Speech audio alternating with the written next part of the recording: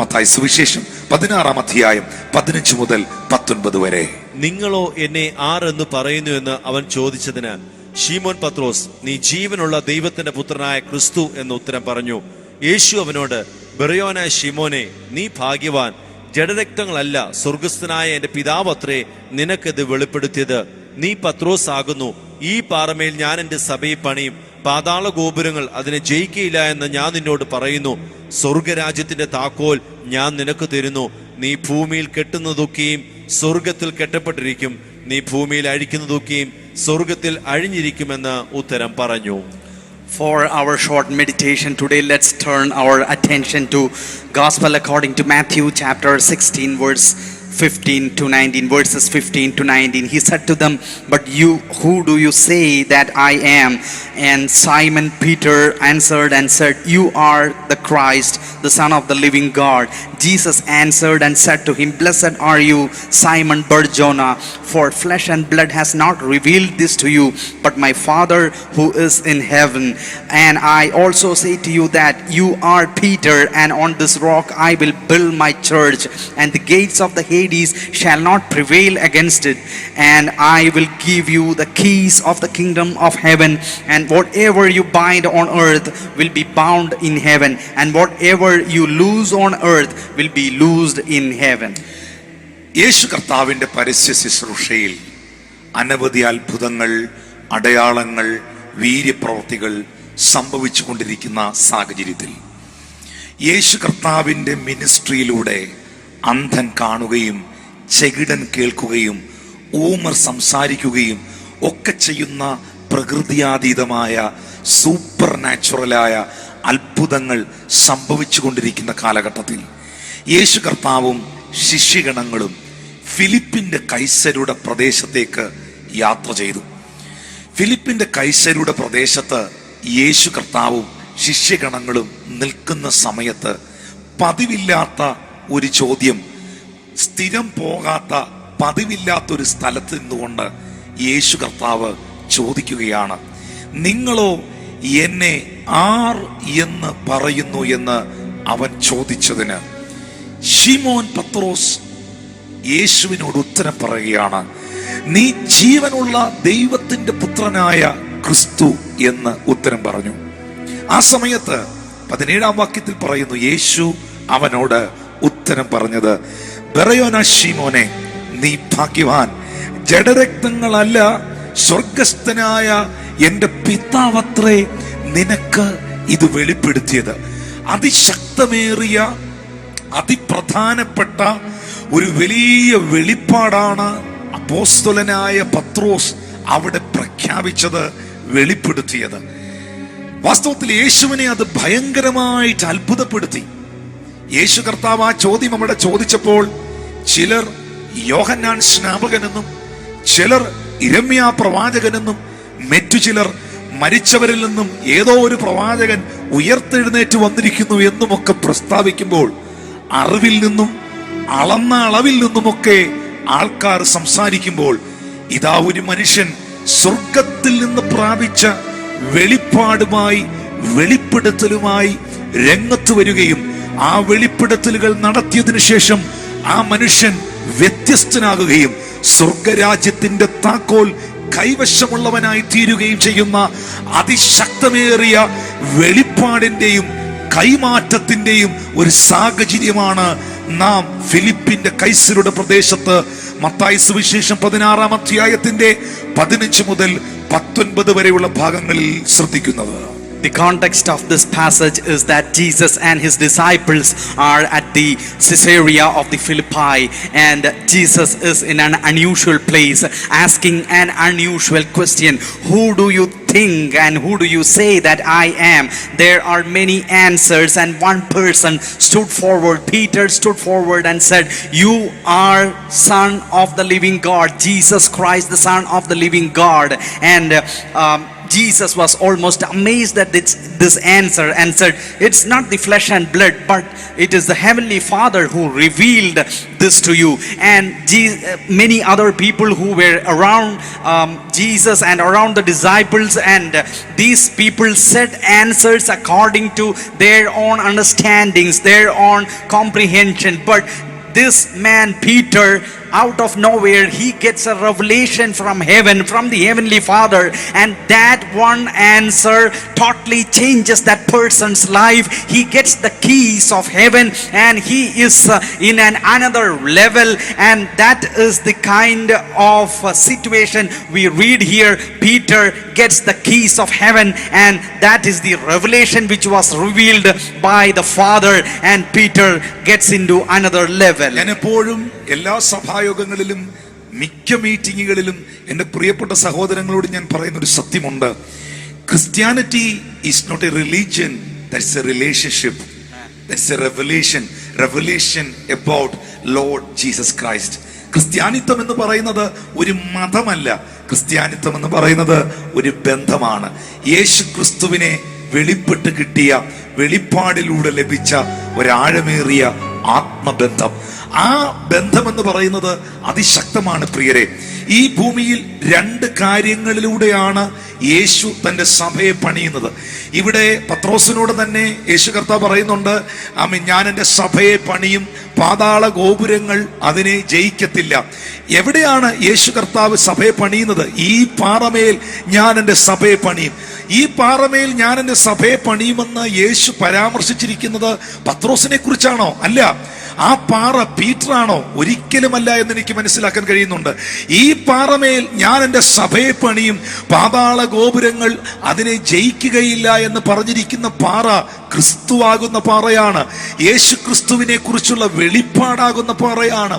പ്രിയപ്പെട്ടവരെ, ദൈവം തന്റെ സഭയെ ബിൽഡപ്പ് ചെയ്യുന്നത് റെവലേഷനിലൂടെയും റിലേഷൻഷിപ്പിലൂടെയുമാണ്. ഈ രണ്ട് പദങ്ങൾ നിങ്ങൾ എൻ്റെ കൂടെ ചേർത്ത് പറയാമോ? Revelation and relationship. Live chat ബോക്സിൽ എഴുതി വിടാൻ പറ്റുന്നവർ എഴുതി വിടാമോ? Revelation and relationship. ക്രിസ്ത്യ ജീവിതം ഇത് രണ്ടും മാത്രമാണ്.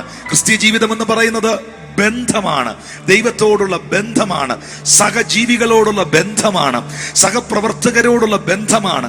ബന്ധത്തിലൂടെയാണ് ദൈവം തന്റെ സഭയെ പണിയുന്നത്. എന്നാൽ ആ ബന്ധം എന്ന് പറയുന്നത് ഒന്നാമതായി നമുക്കുണ്ടാകേണ്ടത് ദൈവത്തോടുള്ള ബന്ധമാണ്. ദൈവത്തോട് നമുക്ക് ആ ബന്ധം ഉണ്ടാകണമെങ്കിൽ നമുക്ക് ഒരറിവുണ്ടായാൽ പറ്റില്ല. നമുക്ക് അവനെക്കുറിച്ച് ആഴമേറിയ ഒരു വെളിപ്പാട് തന്നെ ലഭിക്കേണ്ടത് ആവശ്യമാണ്. കാരണം എപ്പോഴും ഈ ഇൻഫർമേഷൻ എന്ന് പറയുന്നത്, പീറ്റർ അവിടെ പറയുന്നത് ഒരു ഇൻഫർമേഷൻ അല്ല.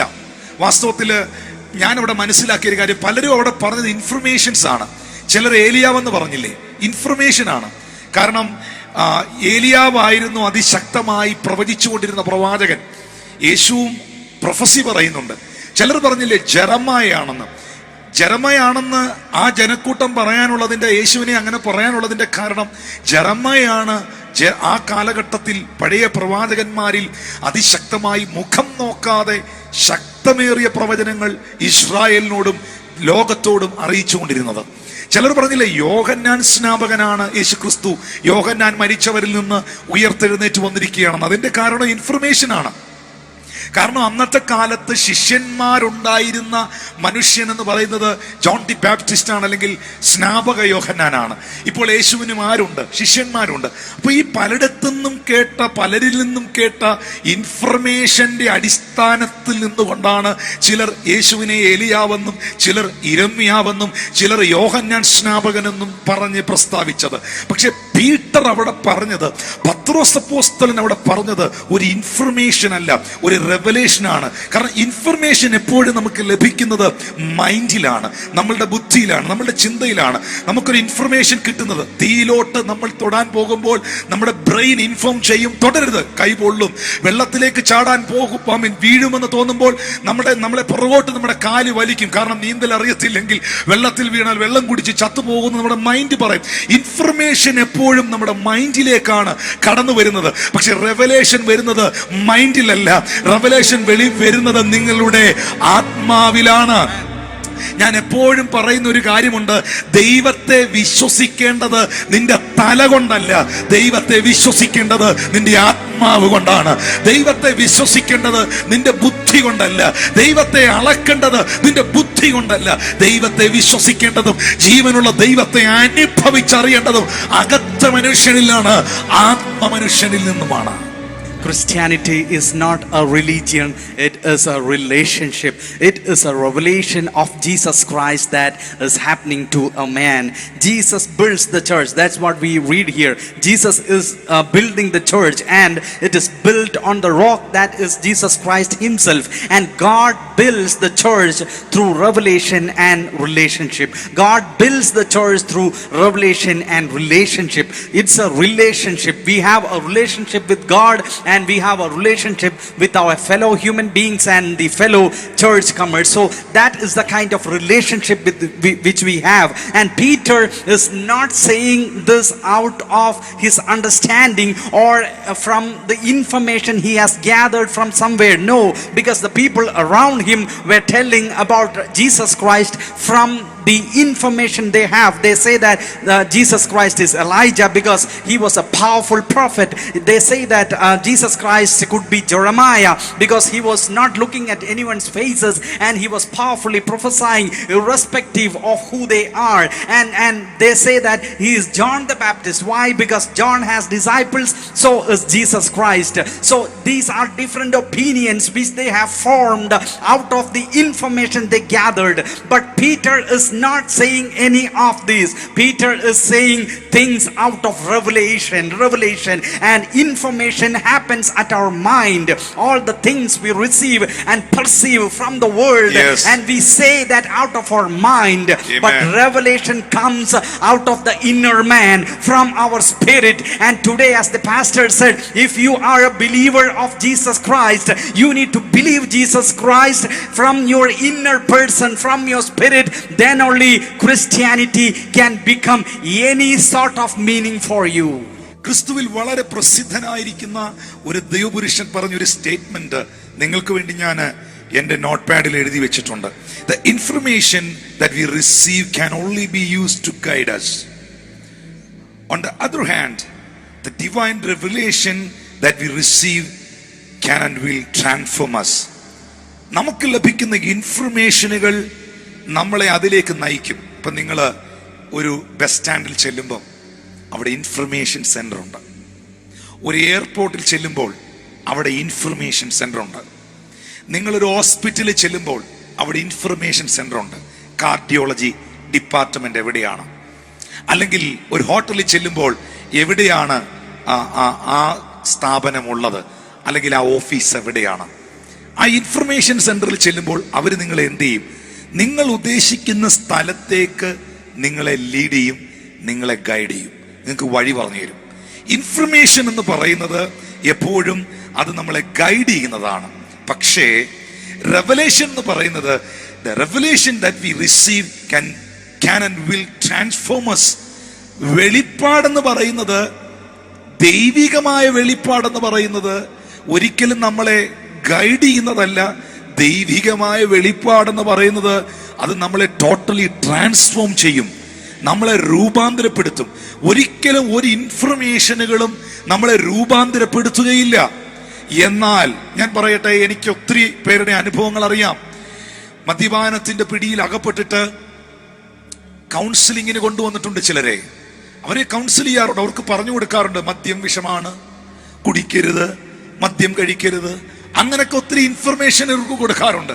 പക്ഷേ ആ മദ്യം കഴിച്ചാൽ സുബോധം നഷ്ടപ്പെട്ടാൽ കുടുംബജീവിതം തകരുമെന്നും, അല്ലെങ്കിൽ നിന്റെ ജീവിതം ഫെയിലിയർ ആകുമെന്നും, ലിവറിനെ ബാധിക്കുമെന്നും, ലിവർ സിറോസിസ് പിടിക്കുമെന്നും, സ്തോത്രം, അകാലപ്രജ പോലെ മരിച്ചു പോകുമെന്നും ഒക്കെ പറഞ്ഞു കൊടുക്കുന്നതായ ഇൻഫർമേഷനുകൾ ഇവർ കേട്ടിരുന്ന് തല കുലുക്കാറുണ്ട്. തല കുലുക്കി ഇവിടുന്ന് പോയിട്ട് 1 മണിക്കൂറിനകത്ത് അവർ കുടിക്കാറുണ്ട്. Praise God. കാരണം ഇൻഫർമേഷനുകളൊന്നും ഒരിക്കലും ഒരു മനുഷ്യനെ ചേഞ്ച് ചെയ്യില്ല. മാക്സിമം 3 days or 5 days അവരത് കേൾക്കും, തലകുലുക്കും, പോകും, അവർ ചെയ്യാന്നൊക്കെ പറയും. മാക്സിമം അവർ 4-5 ദിവസം ശ്രമങ്ങളൊക്കെ നടത്തും, പിന്നെയും അവർ ആ പഴയ വഴിക്ക് തന്നെ പോകുന്നുണ്ട്. പക്ഷേ ഒരു മനുഷ്യന്റെ അകത്ത് ക്രിസ്തുവിനെ കുറിച്ചുള്ള വെളിപ്പാട് കയറിയാൽ അത് തെറ്റ തെറ്റാണ്, മദ്യം കഴിക്കുന്നത് തെറ്റാണ്, അല്ലെങ്കിൽ ആ പാപം ചെയ്യുന്നത് ദൈവമുമ്പാകെ ശരിയല്ല, അത് പരിശുദ്ധാത്മാവിനെ വേദനിപ്പിക്കുന്നതാണ്, അത് നല്ലൊരു കാര്യമല്ല, അതിന്റെ നിത്യത നഷ്ടപ്പെടുത്തുന്നതാണ്, അതിനെ നരകത്തിലേക്ക് തള്ളിവിടുന്നതാണ്, അതിന്റെ ജീവിതത്തെ തകർത്ത് കളയുന്നതാണ്, അതിന്റെ ദൈവത്തിന് ഒട്ടും ഇഷ്ടമല്ലാത്ത കാര്യമാണ് എന്ന വെളിപ്പാട് ഒരു മനുഷ്യന്റെ അകത്ത് കയറിയാൽ ഞാൻ ഉറപ്പായിട്ടും പറയട്ടെ, ആ മനുഷ്യന്റെ ലൈഫ് കംപ്ലീറ്റ്ലി രൂപാന്തരപ്പെട്ടിരിക്കും. ഹല്ലേലൂയ, പൂർണ്ണമായി രൂപാന്തരപ്പെട്ടിരിക്കും. അതുകൊണ്ട് വിശ്വാസ ജീവിതത്തിൽ നിൽക്കുന്ന പല ആൾക്കാരും പല ഇൻഫർമേഷന്റെയും അടിസ്ഥാനത്തിലാണ് പല കാര്യങ്ങളെയും അവർ ജഡ്ജ് ചെയ്യുന്നത്. പല ഇൻഫർമേഷന്റെയും അടിസ്ഥാനത്തിലാണ് പലരുടെയും വിശ്വാസ ജീവിതം പോലും. ഇനി ഞാൻ ആ ഭാഷ പ്രസംഗം കേൾക്കുന്നില്ല, അങ്ങാരെ കുറിച്ച് ഞാൻ ഇങ്ങനൊക്കെ കേട്ടു, ഞാൻ ഇനി ആ ചർച്ചിലോട്ട് പോകുന്നില്ല, ഞാൻ ആ ചർച്ചിനെ കുറിച്ച് ഇങ്ങനൊക്കെ അറിഞ്ഞു. ആരൊക്കെയോ അറിഞ്ഞ ഇൻഫർമേഷനുകളുടെ അടിസ്ഥാനത്തിൽ അതിനെ വിലയിരുത്തി മുൻപോട്ട് പോകുന്നവരാകാതെ ജീവിതത്തിൽ വ്യക്തികളെ അനുഭവിച്ചറിയുക, ബന്ധങ്ങളെ അനുഭവിച്ചറിയുക, ആ വ്യക്തിയെ നിങ്ങൾ അടുത്തറിയുക, ആ സഭയെ നിങ്ങൾ അടുത്തറിയുക. അടുത്തറിയുമ്പോൾ നിങ്ങൾക്കുണ്ടാകുന്ന അനുഭവങ്ങളുണ്ട്. ആ അനുഭവങ്ങളായിരിക്കും യാഥാർത്ഥ്യം, ആ അനുഭവങ്ങളായിരിക്കും സത്യം. നാട്ടുകാര് പറയുന്നതല്ല. നാട്ടുകാർ ഏലിയാവെന്ന് പറയും, നാട്ടുകാർ ഇരമ്യാവെന്ന് പറയും, നാട്ടുകാർ യോഹന്നാൻ സ്നാപകൻ എന്ന് പറയും, നാട്ടുകാരങ്ങനെ പലതും പറയും. പക്ഷേ ദൈവത്തെക്കുറിച്ചും ദൈവസഭയെക്കുറിച്ചും കർത്താവ് നിങ്ങൾക്ക് തന്നിരിക്കുന്ന ബന്ധങ്ങളെ കുറിച്ചുമൊക്കെ വ്യക്തിപരമായി അനുഭവിച്ചറിഞ്ഞ, പ്രാർത്ഥനയിൽ അനുഭവിച്ചറിഞ്ഞ, ആഴമേറിയ വെളിപ്പാടുകളിൽ നിലകൊള്ളുന്നവർ, ജീവിക്കുന്നവർ ആ ബന്ധം മരണം വരെ സൂക്ഷിക്കും. അത് ദൈവത്തോടുള്ള ബന്ധമാണെങ്കിൽ മരണത്തിനപ്പുറവും ആ ബന്ധം തുടരും. മരണത്തിനപ്പുറവും ആ ബന്ധം തുടരും. അതുകൊണ്ട് പ്രിയപ്പെട്ടവരെ, പൗലോസ് എല്ലാ കാലത്തും അപ്പോസ്തലൻ താൻ ജീവിച്ച, താൻ ശുശ്രൂഷിച്ച കാലയളവിലെല്ലാം പ്രാർത്ഥിച്ച പ്രാർത്ഥന യേശുവിനെ കുറിച്ചുള്ള ഇൻഫർമേഷനുകളിൽ ഇവർ നിൽക്കണമേ എന്നുള്ളതല്ല. കർത്താവെ, എഫെസോസിലെ സഭയ്ക്ക് യേശുവിനെ കുറിച്ചുള്ള അറിവ് കൊടുക്കണം എന്നല്ല പൗലോസ് പ്രാർത്ഥിച്ചത്. കുറച്ചും കൂടെ ആഴമായിട്ട് ഇവർ പഠിച്ച്, ചിലർ പറയത്തില്ലേ, അങ്ങ് പഠിച്ചങ്ങ് ഞാനങ്ങ് വചനത്തിന്റെ ആഴത്തിലിറങ്ങി, പിന്നെ കയറാൻ വയ്യാത്ത രീതിയിൽ വചനത്തിന്റെ ആഴത്തിലിറങ്ങി അങ്ങ് മുങ്ങിപ്പോയി, പിന്നെ പൊങ്ങി വരാനേ പറ്റുന്നില്ല, ആഴത്തിൽ പോയില്ലേ. അതൊന്നുമല്ല ക്രിസ്തീയ ജീവിതം, അതൊന്നുമല്ല ക്രിസ്തീയ ജീവിതം. ക്രിസ്തീയ ജീവിതം എന്ന് പറയുന്നത് യേശുവിനോടുള്ള ബന്ധമാണ്, യേശുവിൻ കൂടുള്ള യാത്രയാണ്. അതൊരു ബന്ധമാണ് പ്രിയരെ. ആ ബന്ധമില്ലാതെ നീ വചനത്തിന്റെ ആഴത്തിൽ പോയിട്ട് എന്നാ കാര്യം? കർത്താവിനോടും പരിശുദ്ധാത്മാവിനോടും ബന്ധമില്ലാതെ, കൂട്ടായ്മയില്ലാതെ, ആഴങ്ങളിലോട്ട് പോയച്ച് കയറി വരാൻ പറ്റാതെ കിടന്ന് കൈയും കാലും അടിച്ചിട്ട് എന്നാ ഗുണം? ഒരു ഗുണവും ഇല്ലെന്നുള്ളതാണ് സത്യം. ഇന്ന് ഈ സന്ദേശം കേട്ടോണ്ടിരിക്കുമ്പോൾ നിങ്ങൾ ഇരിക്കുന്ന സ്ഥലങ്ങളിൽ ഇരുന്നു കൊണ്ട്, നിങ്ങൾ ഇരിക്കുന്ന മുറിയിൽ ഇരുന്നു കൊണ്ട് കരങ്ങളെ ഉയർത്തി, യേശുവേ അങ്ങേ ആഴമായിട്ട് വെളിപ്പെടുത്തി തരണമേ, പരിശുദ്ധാത്മാവെ ക്രിസ്തുവിനെ കുറിച്ചുള്ള വെളിപ്പാടിൽ എന്നെ നയിക്കണമേ എന്നൊന്ന് പ്രാർത്ഥിക്കാമോ? പൗലോസ് പ്രാർത്ഥിച്ചു. എഫെസ്യർക്കെഴുതിയ ലേഖനം 3-ാം അധ്യായം അതിന് 8-9 വാക്യങ്ങൾ. സകല വിശുദ്ധന്മാരിലും ഏറ്റവും ചെറിയവനായ എനിക്ക് ജാതികളോട് ക്രിസ്തുവിന്റെ അപ്രമേയ ധനത്തെക്കുറിച്ച് പ്രസംഗിപ്പാനും സകലവും സൃഷ്ടിച്ച ദൈവത്തിന്റെ അനാദികാലം മുതൽ മറഞ്ഞു കിടന്ന മർമ്മത്തിന്റെ വ്യവസ്ഥ എന്നതെന്ന് എല്ലാവർക്കും പ്രകാശിപ്പിക്കുവാനുമായി ഈ കൃപ നൽകിയിരിക്കുന്നു. അതിന്റെ 14 മുതൽ ഒന്ന് വായിച്ചേ. 14 മുതൽ. അത് നിമിത്തം ഞാൻ സ്വർഗത്തിലും ഭൂമിയിലുമുള്ള സകല കുടുംബത്തിനും പേർ വരുവാൻ കാരണമായ പിതാവിന്റെ സന്നിധിയിൽ മുട്ടുകുത്തുന്നു. അവൻ തന്റെ മഹത്വത്തിന്റെ ധനത്തിന് ഒത്തവണ്ണം അവന്റെ ആത്മാവിനാൽ നിങ്ങൾ അകത്തെ മനുഷ്യനെ സംബന്ധിച്ച് ശക്തിയോടെ ബലപ്പെടേണ്ടതിനും ക്രിസ്തു വിശ്വാസത്താൽ നിങ്ങളുടെ ഹൃദയങ്ങളിൽ വസിക്കേണ്ടതിനും. അപ്പോസ്തലനായ പൗലോസ്ലീഹ എന്തിനു വേണ്ടി മുട്ടുകുത്തി? എന്തിനു വേണ്ടി മുഴങ്കാൽ മടക്കി പ്രാർത്ഥിച്ചു? നമ്മളും മുഴങ്കാൽ മടക്കി പ്രാർത്ഥിക്കുന്നവരാണ്, നമ്മളും ദൈവസന്നിധിയിൽ മുട്ടുകുത്തുന്നവരാണ്, നമ്മളും പ്രാർത്ഥന നിരതരായിരിക്കുന്നവരാണ്. ഇനിയിപ്പോ നാളെ മുതൽ നമ്മുടെ ഉപവാസ പ്രാർത്ഥന തുടങ്ങുകയാണ്. നാളെ മുതൽ നമ്മുടെ 7 ദിവസത്തെ ഫാസ്റ്റിംഗ് പ്രയർ ആരംഭിക്കുകയാണ്. Praise the Lord, hallelujah. നമ്മളും പ്രാർത്ഥിക്കുന്നവരാണ്. പക്ഷെ പൗലോസ് അപ്പോസ്തലൻ എന്തിനു വേണ്ടിയാണ് മുട്ടുകുത്തിയത്?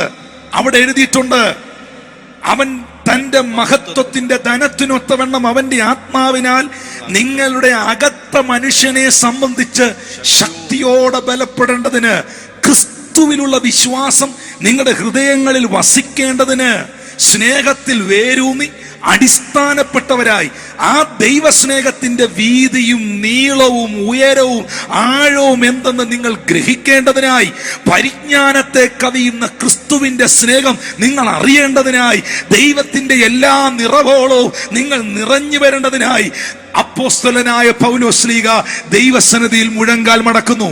അങ്ങനെ ക്രിസ്തുവിലുള്ള വിശ്വാസം നിങ്ങളുടെ ഹൃദയത്തിൽ വസിച്ചാൽ, അതിന്റെ വീതിയും നീളവും ആഴവും ഉയരവും നിങ്ങൾ തിരിച്ചറിഞ്ഞാൽ, പരിജ്ഞാനത്തെ കവിയുന്ന ക്രിസ്തുവിന്റെ സ്നേഹത്തെ നിങ്ങൾ അറിഞ്ഞാൽ, അതിൽ നിങ്ങൾ പ്രാപ്തരായാൽ, ആ നിറവോളം നിങ്ങൾ നിറഞ്ഞു വന്നാൽ, ചോദിക്കുന്നതിലും നിങ്ങൾ നനയ്ക്കുന്നതിലും അത്യന്തപരമായി ചെയ്യുവാൻ നിങ്ങളിലേക്ക് ഒരു ദൈവശക്തി വ്യാപരിക്കുവാനിടയാകും. ഇന്ന് ഈ ഞായറാഴ്ച പകലിൽ ഈ സഭായോഗത്തിൽ നിങ്ങൾ ചോദിക്കുന്നതിലും നിങ്ങൾ നനയ്ക്കുന്നതിലും അത്യന്തപരമായി, ഒരത്ഭുതമായി, ഒരതിശയമായി താങ്കളും താങ്കളുടെ കുടുംബവും ദൈവസഭയും മാറണമെങ്കിൽ, അപ്പോസ്തലനായ പൗലോസ്ലീഹ പറയുന്നു, അവന്റെ മഹത്വത്തിന്റെ ധനത്തിനൊത്തവണ്ണം ആത്മാവിനാൽ നിങ്ങളുടെ അകത്തെ മനുഷ്യൻ ശക്തിയോടെ ബലപ്പെടണം.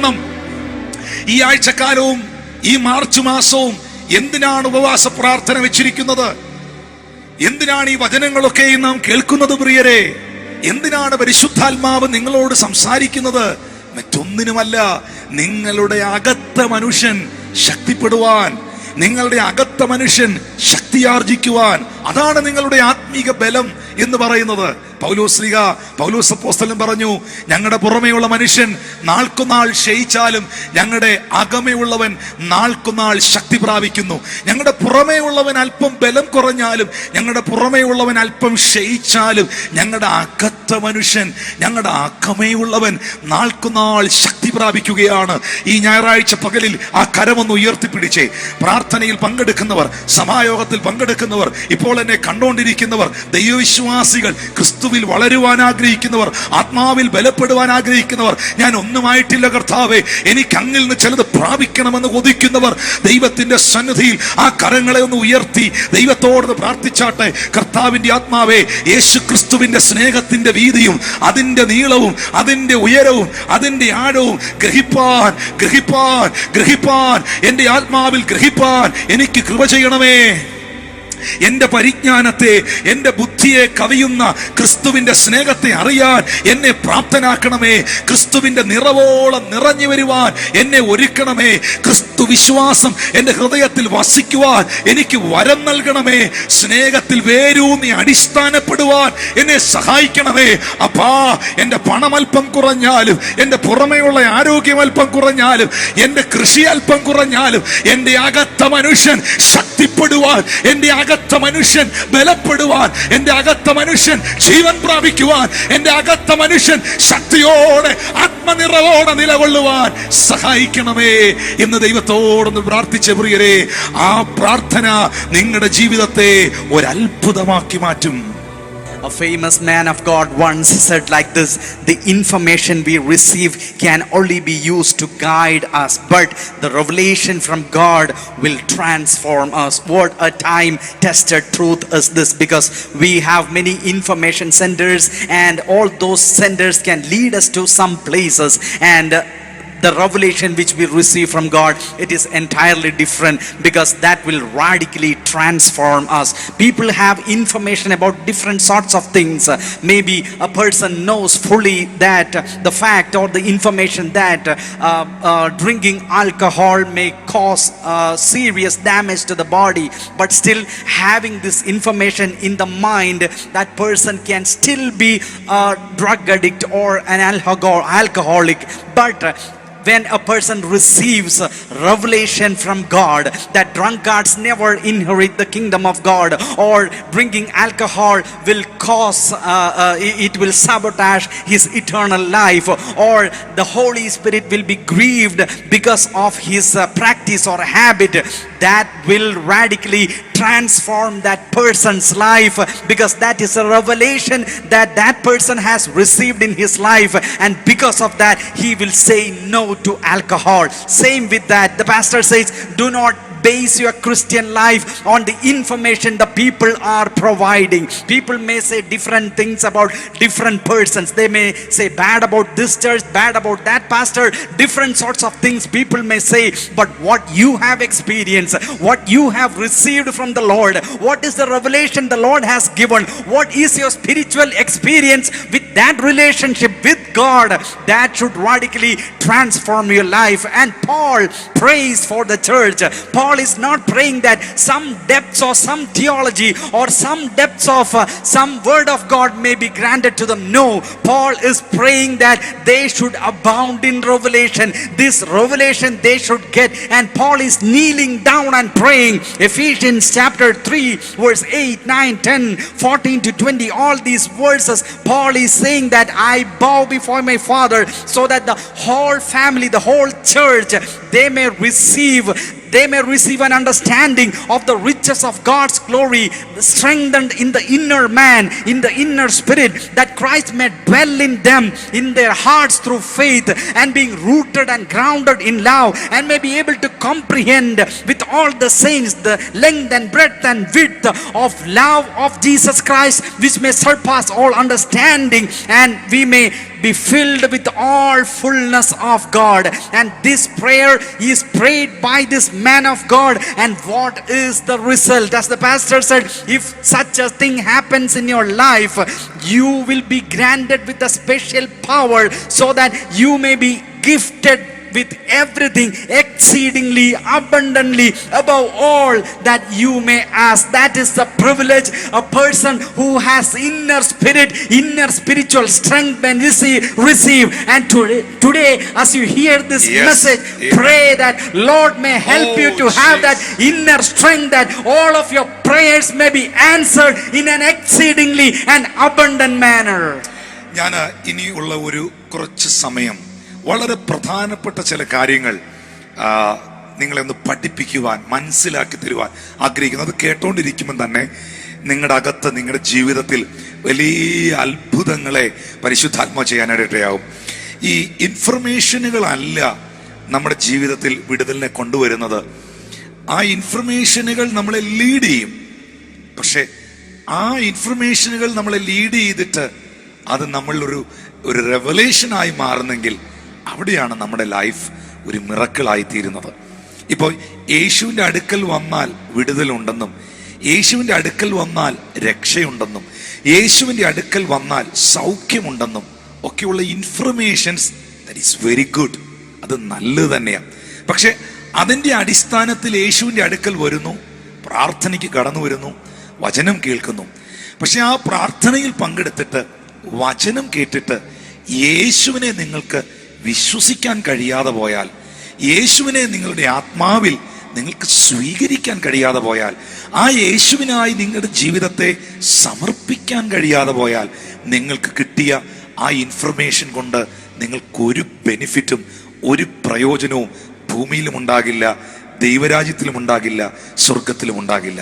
എന്നാൽ യേശുവിൻ്റെ അടുക്കൽ വന്നാൽ വിടുതലുണ്ട്, യേശുവിലേക്ക് വന്നാൽ സൗഖ്യമുണ്ട്, യേശു ക്രിസ്തുവിലായാൽ പാപ വിമോചനവും ശാപ വിമുക്തിയും നിത്യജീവനും ഒക്കെ എനിക്ക് ലഭിക്കുവാനിടയാകും എന്ന ഇൻഫർമേഷൻ്റെ അടിസ്ഥാനത്തിൽ, ആ അറിവിൽ നിന്ന് കർത്താവിൻ്റെ അടുക്കൽ വന്നിട്ട് ദൈവത്തിൻ്റെ മാറ്റമില്ലാത്ത വചനം കേട്ട് പരിശുദ്ധാത്മാവിൻ്റെ ആ സാന്നിധ്യം അനുഭവിച്ച് ദൈവവചന കൽപ്പനയായ വിശ്വാസ സ്നാനമൊക്കെ സ്വീകരിച്ച് രക്ഷിക്കപ്പെട്ട് കർത്താവിന് വേണ്ടി നിങ്ങളുടെ ജീവിതത്തിൻ്റെ എല്ലാ മേഖലകളെയും സമർപ്പിച്ച് കർത്താവിനായി, യേശുവിനായി നിങ്ങൾ ജീവിക്കാൻ തുടങ്ങിയാൽ വെളിപ്പാടിൽ നിന്നുകൊണ്ട് യേശു ജീവനുള്ള ദൈവമാണ്. യേശു കർത്താവ് ഏക സത്യ നിത്യ ദൈവമാണ്. യേശു കർത്താവ് വഴിയും സത്യവും ജീവനുമാണ്. യേശുവല്ലാതെ മറ്റൊരു രക്ഷകനില്ല, മറ്റൊരു വിമോചകനില്ല, മറ്റൊരു വിടുതൽ തരുവാൻ വിടുവിക്കുന്നവനില്ല, ഒരു ദാതാവില്ല. ഇങ്ങനെയൊക്കെയുള്ള ആഴമേറിയ ആ വെളിപ്പാടിൽ, ആ ബന്ധത്തിൽ നിങ്ങൾക്ക് മുന്നേറുവാൻ കഴിഞ്ഞാൽ അതൊരു ബ്ലെസ്സഡ് ലൈഫായിരിക്കും. നിങ്ങളുടെ മരണത്തിനപ്പുറത്ത് നിങ്ങളുടെ ആത്മാവ് നിത്യതയിലെത്തും.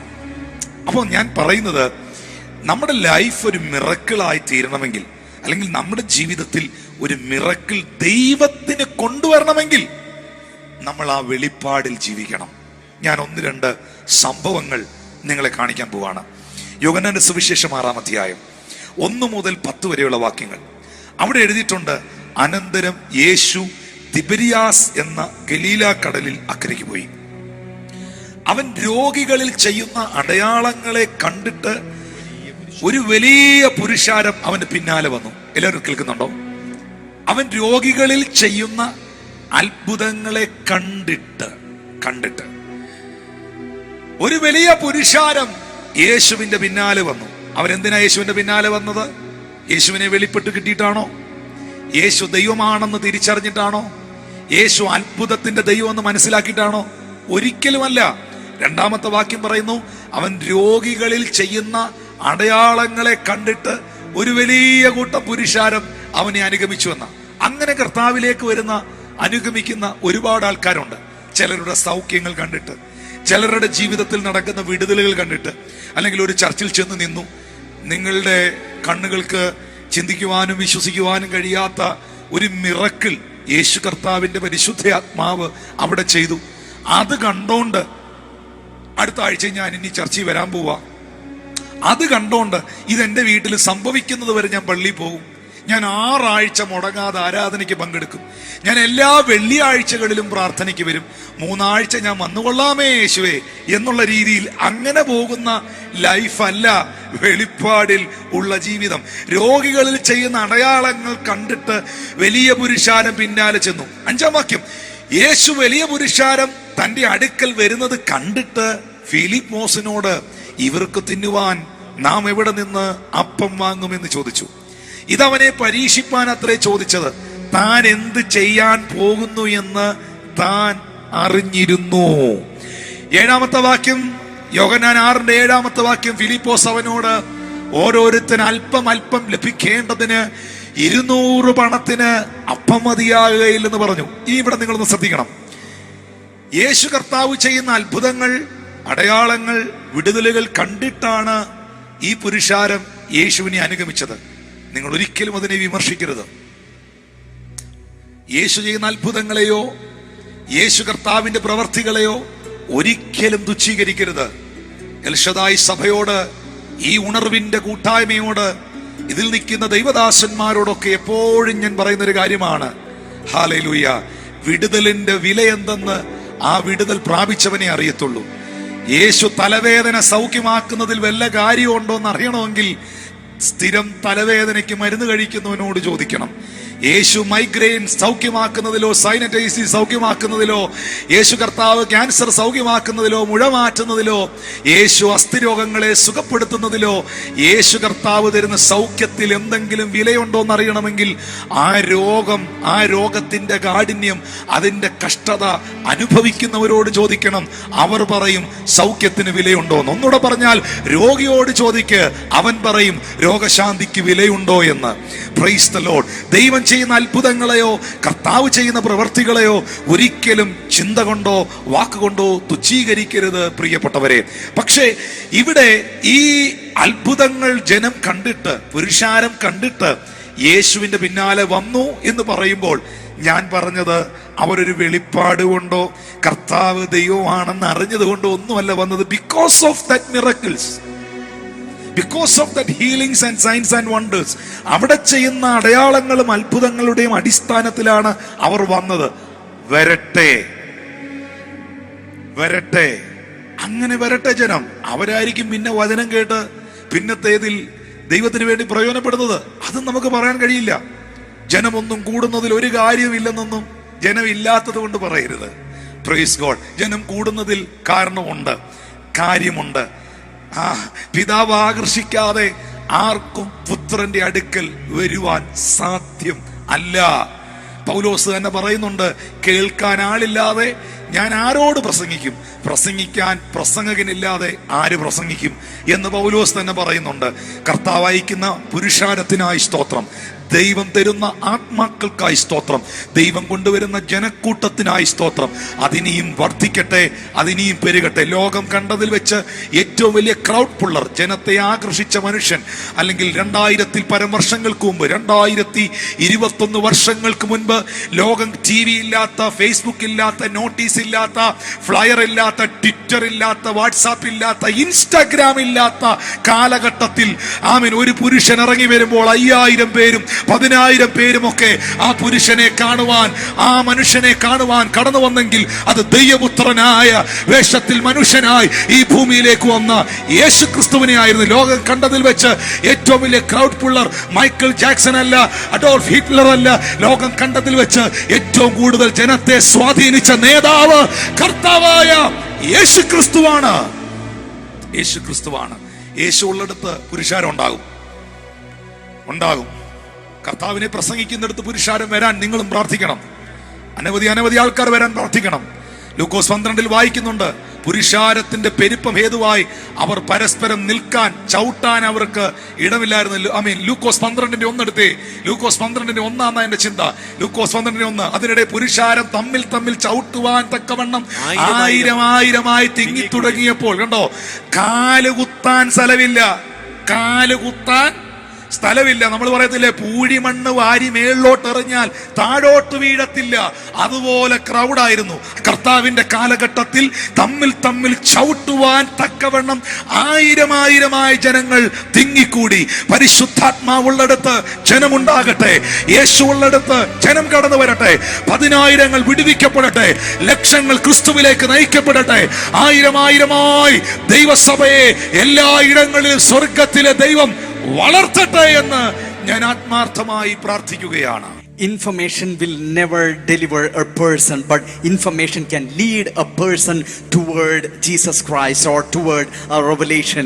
A person might have heard something or an information he has got that Jesus is Savior or Jesus is a healer or Jesus delivers people. All those things are the information he gets. But as he takes steps according to the information he received, if the information you have received regarding Jesus Christ, if it's not pushing you toward Jesus Christ, that's in vain. So that's the importance of the revelation of Jesus Christ. As you receive the revelation, that will change you or transform you, and you yourself will become a miracle. That is the power of the revelation which you receive from someone. So revelation is important. Information should lead to the revelation, and that will only sustain you in the Christian life. And an example, John chapter 6 verse 1 to 10. In verse 2 we find many people followed Jesus Christ because he was healing, he was doing a mighty ministry, and wonders were happening, miracles were happening, and the crowd was following. If you ask, they are not following because they understand who Jesus Christ is. Yes. They are just following Jesus Christ because what he is doing they are seeing, and they are literally they are amazed, and because of that these large crowd is following. And in verse 5 Jesus is asking, where shall we find bread for these much people?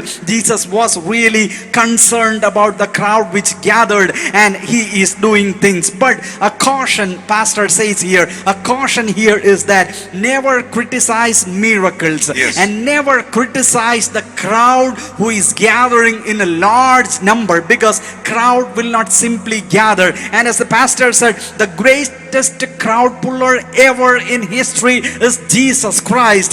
A beautiful words from Luke chapter 12 verse 1. People gathered and thronged in large numbers, and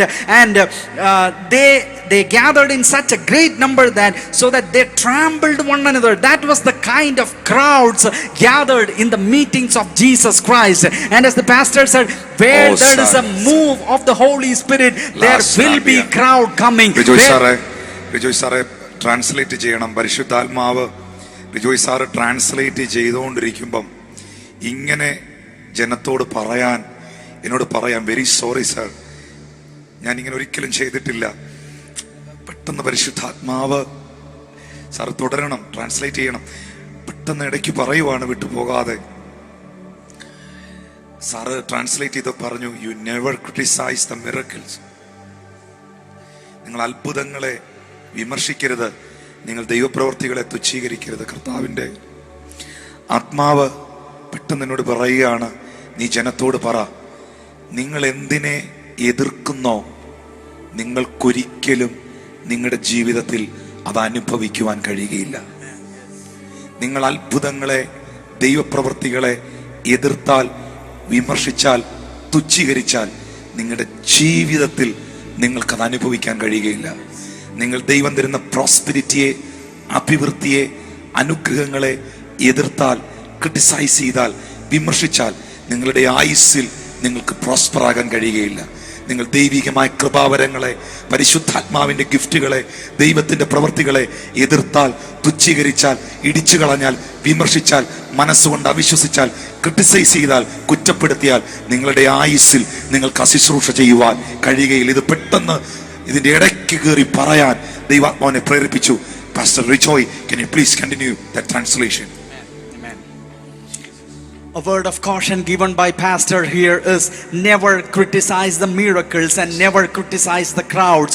You ask a person who is in need of a breakthrough, he will say the importance of miracles. You ask a person who is suffering for a long time because of a sickness, he will tell to you the value of healing Jesus. So never say that crowd is not an important thing. Never say that miracles have stopped. And the pastor, as I was translating, the pastor was saying like this, a revelation he received from the Lord, and he said like this, what all things you criticize, you will never experience what you criticize in your life. If you criticize miracles, a miracle will never happen in your life. Be it prosperity, be it healing, be it the gifts of the Holy Spirit, or a supernatural move of the Holy Spirit, or a mighty ministry, anything you criticize in your life, you will never experience that in your life. And this is a very, Yes, very man of God. powerful caution and Yes. warning which is coming to us.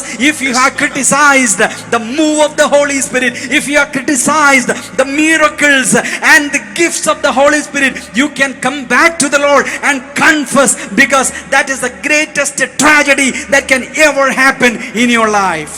ഞാൻ ഈ ഭാഗത്തിലേക്ക് നിങ്ങളുടെ ശ്രദ്ധയെ കൊണ്ടുവരട്ടെ പ്രിയരെ. ഈ ഫിലിപ്പോസ് എന്ന് പറയുന്ന മനുഷ്യൻ യേശു കർത്താവിനോട് യോഹന്നാൻ 6:5 ചോദിക്കുന്നു, ഇത്ര വലിയ പുരുഷാരം അടുക്കൽ വരുന്നത് കണ്ടിട്ട് ഫിലിപ്പോസിനോട്, ഇവർക്ക് തിന്നാൻ എവിടെ നിന്ന് അപ്പം വാങ്ങും എന്ന് യേശു ചോദിച്ചു. 6-ാമത്തെ വാക്യം നിങ്ങൾ ശ്രദ്ധിച്ചോ? ഇത് അവനെ പരീക്ഷിപ്പാൻ അത്രേ ചോദിച്ചത്, താൻ എന്ത് ചെയ്യാൻ പോകുന്നു എന്ന് താൻ അറിഞ്ഞിരുന്നു. യേശു കർത്താവ് അടുത്ത നിമിഷത്തിൽ അവിടെ ഒരു ബാലകന്റെ കയ്യിൽ നിന്ന് 5 അപ്പവും 2 മീനും തന്റെ പക്കൽ വരുമെന്നും അന്ത്രയോസ് അത് കൊണ്ടുവരുമെന്നും അത് ബ്ലസ് ചെയ്യുമ്പോൾ 10,000-ങ്ങൾക്ക് വിളമ്പത്തക്ക നിലകളിൽ അത് വർദ്ധിക്കുമെന്നും ഒക്കെ യേശുവിനറിയായിരുന്നു. താൻ എന്ത് ചെയ്യാൻ പോകുന്നു എന്ന് താൻ അറിഞ്ഞിരുന്നു. മാർച്ച് മാസം 20-ാം തീയതി ഈ സഭായോഗം കാണുന്ന എൻ്റെ പ്രിയ സഹോദരിയോട്, പ്രിയ സഹോദരങ്ങളോട്, മാതാപിതാക്കളോട്, ദൈവദാസന്മാരോട്, സഭയോട്, ശുശ്രൂഷകരോട് സ്നേഹത്തോടെ, ബഹുമാനത്തോടെ ഞാൻ അറിയിക്കട്ടെ, ഈ ഒരു ഉറപ്പും വിശ്വാസവും വെളിപ്പാടും നിങ്ങൾക്ക് വേണം. അവൻ എന്ത് ചെയ്യുവാൻ പോകുന്നു എന്ന് അവനറിയാം. നമ്മുടെ ഇന്നലകളെ നമുക്കറിയാം, നമ്മുടെ ഇന്നിനെ നമുക്കറിയാം, പക്ഷെ നമ്മുടെ നാളകളെ നമുക്കറിയില്ല. പക്ഷെ യേശുവിൻ്റെ പ്രത്യേകത, കർത്താവിൻ്റെ പ്രത്യേകത, അവന് നമ്മുടെ ഇന്നലകളെ അറിയാം, അവന് നമ്മുടെ ഇന്നിനെ അറിയാം, അവന് നമ്മുടെ അടുത്ത മണിക്കൂറുകളെ അറിയാം, നമ്മുടെ നാളുകളെ അറിയാം. താൻ എന്ത് ചെയ്യാൻ പോകുന്നു എന്ന് താൻ അറിഞ്ഞിരുന്നു. നമുക്ക് ഇതറിയാൻ പറ്റാതെ പോകുന്നതാണ് നമ്മുടെ നിരാശയ്ക്കുള്ള കാരണം. നമ്മളിങ്ങനെ വളരെ വിഷമിച്ച് ഇരിക്കുന്നതിൻ്റെ കാരണം, സങ്കടപ്പെട്ടിരിക്കുന്നതിൻ്റെ കാരണം. എന്നാൽ യേശു കർത്താവ് നിങ്ങളോട് പറയുന്നു, പരിശുദ്ധാത്മാവ് നിങ്ങളോട് പറയുന്നു, നിങ്ങളുടെ നാളുകളെ അറിയുന്ന ഒരു ദൈവം നിങ്ങൾക്ക് വേണ്ടി ജീവിക്കുന്നു. താൻ എന്ത് ചെയ്യുവാൻ പോകുന്നു എന്ന് താൻ അറിഞ്ഞിരുന്നു.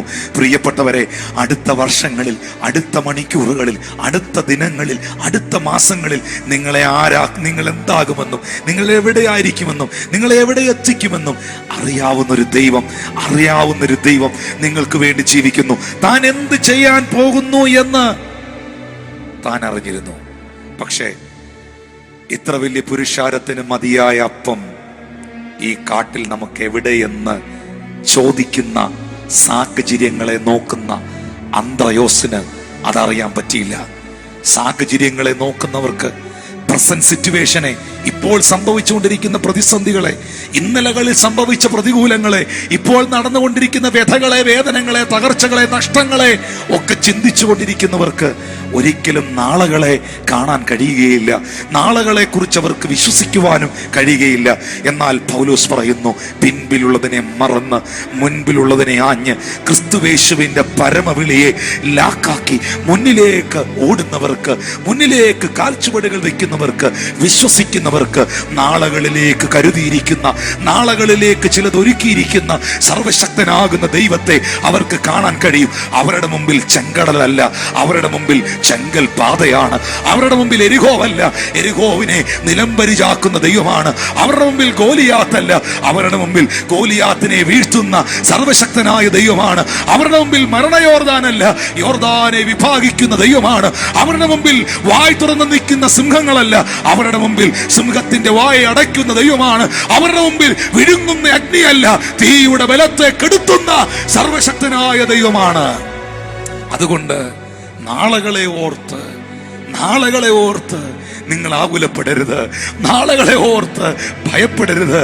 നാളകളെ ഓർത്ത് നിങ്ങളുടെ ഹൃദയം ഇടിഞ്ഞു പോകരുത്. പ്രിയരെ, താൻ എന്ത് ചെയ്യുവാൻ പോകുന്നു എന്ന് താൻ അറിഞ്ഞിരുന്നു. യേശു എന്താണ് അടുത്ത മണിക്കൂറിൽ അവിടെ ചെയ്യാൻ പോകുന്നതെന്ന് ആ കൂടിയിരുന്ന 5000 പേർക്ക് അറിയില്ലായിരുന്നു. ശിഷ്യഗണത്തിന് അറിയില്ലായിരുന്നു. മാറോട് ചാരിക്കിടന്ന ഹൃദയത്തിന്റെ സ്പന്ദനങ്ങൾ പോലും തൊട്ടറിഞ്ഞ യോഹന്നാൻ അറിയില്ലായിരുന്നു. പക്ഷേ അവൻ അറിയാമായിരുന്നു, അടുത്ത മണിക്കൂറിൽ, അടുത്ത മിനിറ്റിൽ താൻ എന്ത് ചെയ്യുവാൻ പോകുന്നു എന്ന്. John 6:6. Jesus knew what he was going to do, and the pastor so powerfully calls each and every person who is listening and watching this message. You should have this assurance in your life that Jesus knows what he is going to do. Jesus perfectly knows what is the next step, and Jesus clearly understands the future. You may tell about your past, you can explain about your present, but you can never say anything about future. But Jesus Christ knows your past, he understands your present, and he has great things at store for you for the future. So don't be depressed and don't be tensed and don't be discouraged, because your God is in control and your future is in God's hand. If you look around to the circumstances, you will be blinded about the future and you may be depressed. But Jesus Christ says you have to look forward, as Paul says, forgetting what is behind, I press on toward the goal the Lord has set for me.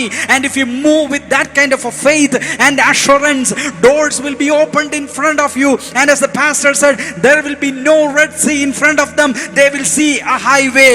They will not be looking at the open mouth of lions, but they will be seeing a God who supernaturally closes the mouth of lion. That is the kind of supernatural provision a person receives when they have the assurance that my God knows what is going to happen for my life. 7ാമത്തെ വാക്യത്തിലേക്ക് നോക്കുമ്പോൾ ഫിലിപ്പോസ് അവിടെ ഭയങ്കരമായിട്ട് ചിന്തിച്ചു കൂട്ടുന്നത് നിങ്ങൾക്ക് കാണാം. ഫിലിപ്പോസ് ഇങ്ങനെ calculate ചെയ്യുകയാണ്. ഫിലിപ്പോസ് ഇങ്ങനെ ചിന്തിക്കുകയാണ്, ഓരോരുത്തന് അല്പമെങ്കിലും കിട്ടേണ്ടതിന് 200 പണത്തിന് അപ്പം മതിയാകത്തില്ല. 400 പണം ഉണ്ടെങ്കിൽ 1 2 3 4 5000 4000 എത്ര അപ്പം വാങ്ങിക്കണം? ഇങ്ങനെ ഫിലിപ്പോസ് ഇങ്ങനെ ചിന്തിച്ചു കൂട്ടുകയാണ്. എത്ര രൂപയുണ്ടെങ്കിൽ ഇവർക്ക് ഇത്രയും പേർക്ക് ഫുഡ് കൊടുക്കാം, ഇപ്പൊ ഇത്ര രൂപയുള്ളൂ, ഇത്ര രൂപയ്ക്ക് എത്ര അപ്പം കിട്ടും? ഇങ്ങനെ പലതിനെ കുറിച്ചും ഫിലിപ്പോസ് ഇങ്ങനെ ചിന്തിച്ചു കൂട്ടുകയാണ്. പ്രിയ മക്കളെ, പ്രിയ സഹോദരങ്ങളെ, നമ്മളും ഇങ്ങനെ ഒത്തിരി ചിന്തിച്ചു കൂട്ടിയില്ലേ? നാളകളെ അറിയാൻ കഴിയാതെ കോവിഡിന്റെ പ്രത്യേകമായ ആ സിറ്റുവേഷനിൽ, ആ പ്രത്യേകമായ സാഹചര്യങ്ങളിലൊക്കെ നാളുകൾ എന്താകുമെന്ന് അറിയാൻ മേലാതെ, ഭാവി എന്താകും, സഭ എന്താകും, കൂട്ടായ്മ എന്താകും, ദൈവജനത്തിന്റെ അവസ്ഥ എന്താകും, എൻ്റെ ഭാവി എന്താകും, എൻ്റെ ജീവിതം എന്താകും എന്നൊക്കെ പല നിലകളിൽ, പല വിഷയങ്ങളിൽ നമ്മൾ ആകുലപ്പെട്ടില്ലേ, നമ്മൾ ആശങ്കപ്പെട്ടില്ലേ? പക്ഷെ നമ്മുടെ നാളുകളെ അറിയുന്നവനായ ദൈവം എല്ലാ കാര്യങ്ങളും അതാത് സമയത്ത് അതാതിടങ്ങളിൽ നമുക്ക് വേണ്ടി ഒരുക്കിയില്ലേ? നമ്മൾ ചിന്തിച്ചു കൂട്ടിയതുപോലെയാണോ കാര്യങ്ങൾ പോയത്? ഫിലിപ്പോസ് ഇവിടെ ഭയങ്കരമായിട്ട് കാൽക്കുലേറ്റ് ചെയ്യുകയാണ്, കണക്കൂട്ടുകയാണ്. ഞാനൊരു സത്യം പറയട്ടെ, നമ്മുടെ കണക്ക് കൂട്ടലുകൾ തെറ്റാം. ഈ പദം ഒന്ന് എഴുതി വെച്ചോ. നമ്മുടെ കണക്ക് കൂട്ടലുകൾ തെറ്റാം, പക്ഷെ ദൈവത്തിന് നമ്മളെ കുറിച്ചുള്ള കണക്ക് കൂട്ടലുകൾ തെറ്റില്ല. നമ്മുടെ കാൽക്കുലേഷനുകൾ പലയിടത്തും പൊളിയാം, പക്ഷെ ദൈവത്തിന് നമ്മളെ കുറിച്ചുള്ള ഒരു കാൽക്കുലേഷൻസും ഒരിക്കലും പൊളിയത്തില്ല പ്രിയരെ. ദൈവത്തിന്റെ കണക്ക് കൂട്ടലുകളിലും ദൈവത്തിന്റെ പദ്ധതിയിലും തന്നെയാ നമ്മൾ ഇപ്പോഴും നിൽക്കുന്നത്. നിങ്ങൾക്കൊരു സത്യം അറിയാമോ? കർത്താവിന്റെ വരവ് ഏറ്റവും അടുത്തിരിക്കുന്ന ഒരു കാലഘട്ടത്തിലാണ് നമ്മൾ ജീവിക്കുന്നത്. ഇപ്പം TPR റേറ്റ് ഒക്കെ വളരെ കുറഞ്ഞു. കോവിഡിന്റെ TPR റേറ്റ് 3 ആയിട്ടുണ്ട്. കുറച്ചുകൂടെ കഴിയുമ്പോൾ അത് 2 ആകും, 1 ആകും, എല്ലാം തീരും എന്നാണ് എല്ലാവരും ചിന്തിക്കുന്നത്. പക്ഷെ ഒരിക്കലുമല്ല. ദൈവത്തിന്റെ പരിശുദ്ധാത്മാവ് എന്നോട് പറഞ്ഞതനുസരിച്ച് ഈ 2022 മാർച്ച് മാസം 20-ാം തീയതി ഞായറാഴ്ച ഞാൻ നിങ്ങളോട് സംസാരിക്കുമ്പോൾ കർത്താവിന്റെ ആത്മാവ് എന്നോട് സംസാരിച്ചതനുസരിച്ച് ഒരിക്കലും ഇത് കംപ്ലീറ്റ് ആയിട്ട് മാറുകയല്ല. അടുത്ത വേവുകൾ, 4th വേവും 5th വേവും ഒക്കെ കയറി വരാം. പല പല സാഹചര്യങ്ങൾ മാറി മാറി വരാം. സുനാമികൾ, പല രാജ്യങ്ങളിലും സുനാമികളും ഭൂകമ്പങ്ങളും വെള്ളപ്പൊക്കങ്ങളും പ്രശ്നങ്ങളും ഫ്ലഡുകളും ഒക്കെ കർത്താവിന്റെ വരവിൽ ഈ പുസ്തകത്തിനകത്ത് എന്തൊക്കെ ലക്ഷണങ്ങൾ പരാമർശിച്ചിട്ടുണ്ടോ അതെല്ലാം സംഭവിക്കാം. പക്ഷെ അവിടെയും ഈ വാക്യം നിങ്ങളുടെ ഹൃദയത്തിൽ ഉണ്ടാകണം. താൻ എന്ത് ചെയ്യുവാൻ പോകുന്നു എന്ന് താൻ അറിഞ്ഞിരുന്നു. എന്നെ അറിയാവുന്നൊരു ദൈവം എനിക്കുണ്ട്. എന്റെ നാളുകളെ അറിയുന്നൊരു ദൈവം എനിക്കുണ്ട്. എൻ്റെ അടുത്ത മണിക്കൂറുകളെ അറിയുന്ന ഒരു കർത്താവിലാണ് ഞാൻ വിശ്വസിച്ചിരിക്കുന്നത്. ആ ഉറപ്പ് എപ്പോഴും നമ്മുടെ ഉള്ളത്തിൽ വേണം. നമ്മൾ കണക്ക് കൂട്ടിയിട്ടൊന്നും കാര്യമില്ല. നമ്മുടെ കണക്ക് കൂട്ടലെങ്ങും എത്താൻ പോകുന്നില്ല. കാനാവിലെ കല്യാണ വീട്ടിൽ എല്ലാവർക്കും ഫുഡ് കൊടുക്കാൻ അവര് പച്ചവെള്ളം വീഞ്ഞാകുമെന്നൊന്നും ചിന്തിച്ചവരല്ല. അവർ പ്രോപ്പർ മുന്തിരിച്ചാറ് തന്നെ കൊണ്ടുവച്ചവരാണ്. എല്ലാവർക്കും ഒരു വീഞ്ഞു കൊടുത്തു. കേറ്ററിംഗുകാർ വന്നവർക്ക്, ഇവന്റ് മാനേജ്മെന്റുകാർ വന്നവർക്ക് വിളമ്പി കാണും. പക്ഷേ ആ കല്യാണ വീട്ടിലെ കണക്ക് കൂട്ടൽ തെറ്റിയില്ലേ? തെറ്റിയോ? പറഞ്ഞേ, ആ കല്യാണ വീട്ടിലെ കണക്ക് കൂട്ടൽ തെറ്റിയില്ലേ? പലപ്പോഴും നമ്മുടെ കണക്ക് കൂട്ടൽ തെറ്റുന്നെടുത്ത് ഓർത്തോണം യേശുവിന് ജയിക്കാനാണ്. കാനാവിലെ കല്യാണ വീട്ടിലെ കണക്ക് കൂട്ടലുകൾ തെറ്റിയതാണ് യേശുവിന്റെ പരിശുദ്ധ നാമം അവിടെ മഹത്വപ്പെട്ടത്. ഫിലിപ്പോസിന്റെ കണക്ക് കൂട്ടലുകൾ ഇവിടെ തെറ്റിപ്പോയതാണ് 5 അപ്പവും 2 മീനും 10,000 ഉതകിയത്. പ്രിയപ്പെട്ടവരെ, നമ്മുടെ കണക്ക് കൂട്ടലുകൾ, നിങ്ങളുടെ കണക്ക് കൂട്ടലുകൾ എവിടെങ്കിലും തെറ്റിപ്പോയെങ്കിൽ വറീഡാകല്ലേ, ഭാരപ്പെടല്ലേ, തകർന്നു പോകല്ലേ. യേശു നിങ്ങളിൽ ജയമെടുക്കും. കർത്താവ് നിങ്ങൾക്ക് ജയം തരും. നിങ്ങൾ പരാജയപ്പെട്ടെടുത്ത് യേശു നിങ്ങളെ ജയിപ്പിക്കും. കർത്താവ് നിങ്ങൾക്ക് ജയം തരും. ഇനി ഞാനതിൻ്റെ 8-9 വാക്യങ്ങളിലേക്ക് വരുമ്പോഴേ, 7-ാമത്തെ വാക്യത്തിൽ ചിന്തിച്ചു കൂട്ടുന്ന ഫിലിപ്പോസിനെ നിങ്ങൾക്ക് അവിടെ കാണാം. ചിന്തിച്ചു കൂട്ടുന്ന ഫിലിപ്പോസിനെ കാണാം. 8-9 വാക്യങ്ങളിൽ അവിടെ രേഖപ്പെടുത്തിയിരിക്കുന്നു. ശിഷ്യന്മാരിൽ ഒരുത്തനായി പത്രോസിന്റെ സഹോദരനായ അന്ത്രയോസ് യേശു കർത്താവിനോട് പറയുന്നു, ഇവിടെ ഒരു ബാലകനുണ്ട്, അവന്റെ പക്കൽ 5 എവത്തപ്പോ 2 മീനും ഉണ്ട്, എങ്കിലും ഇത്ര പേർക്ക് അത് എന്തുള്ളൂ എന്ന് പറഞ്ഞു. ഞാൻ പറയട്ടെ, ഇതാണ് ഇൻഫർമേഷൻ. ഞാൻ നേരത്തെ പറഞ്ഞ ഇൻഫർമേഷൻ ഇതാണ്. യേശു കർത്താവിന് ഒരു ഇൻഫർമേഷൻ കൊടുക്കുന്നു. ആര് കൊടുക്കുന്നു? അന്ത്രയോസ് കൊടുക്കുന്നു. എന്താണ് അന്ത്രയോസ് കൊടുത്ത ഇൻഫർമേഷൻ? അവിടെ ഒരു ബാലകനുണ്ട്. ഫിലിപ്പോസ് ചിന്തിച്ചു കൂട്ടുന്നു, അന്ത്രയോസ് യേശുവിന് ഇൻഫർമേഷൻ കൊടുക്കുന്നു. ഇൻഫർമേഷൻ ഇതാണ്. ഇവിടെ ഒരു പയ്യന്റെ കയ്യിൽ, ഒരു ബാലകന്റെ കയ്യിൽ 5 യവത്തപ്പോ 2 മീനും ഉണ്ട്. പക്ഷേ അതെല്ലാവർക്കും എന്തുള്ളൂ എന്നൊരു ഇൻഫർമേഷൻ പറഞ്ഞപ്പോൾ താൻ ആര് എന്നറിയാവുന്ന ക്രിസ്തു, ഇത് ശ്രദ്ധിക്കേണ്ട ഒരു ഭാഗമാണ്. താൻ ആര് എന്നറിയാവുന്ന ക്രിസ്തു 10ാമത്തെ വാക്യത്തിൽ ആളുകളെ ഇരുത്തുവീൻ എന്ന് യേശു പറഞ്ഞു. 5000 പേരിയ്ക്കുന്നിടത്ത് ഈ 5 അപ്പത്തിനും 2 മീനിനും എന്ത് പ്രസക്തിയാണുള്ളത്? നിങ്ങൾ 5000 പേരെ ഒരു ഫംഗ്ഷന് വിളിച്ചിട്ടുണ്ട്. 5000 പേരും അതിൽ കൂടുതൽ ആൾക്കാരും ആ ഫംഗ്ഷന് വന്നിട്ടുണ്ട്. അവിടെ 5 പൊറോട്ടയ്ക്കും 2 ബീഫ് കറിക്കും എന്ത് പ്രസക്തിയാണുള്ളത്?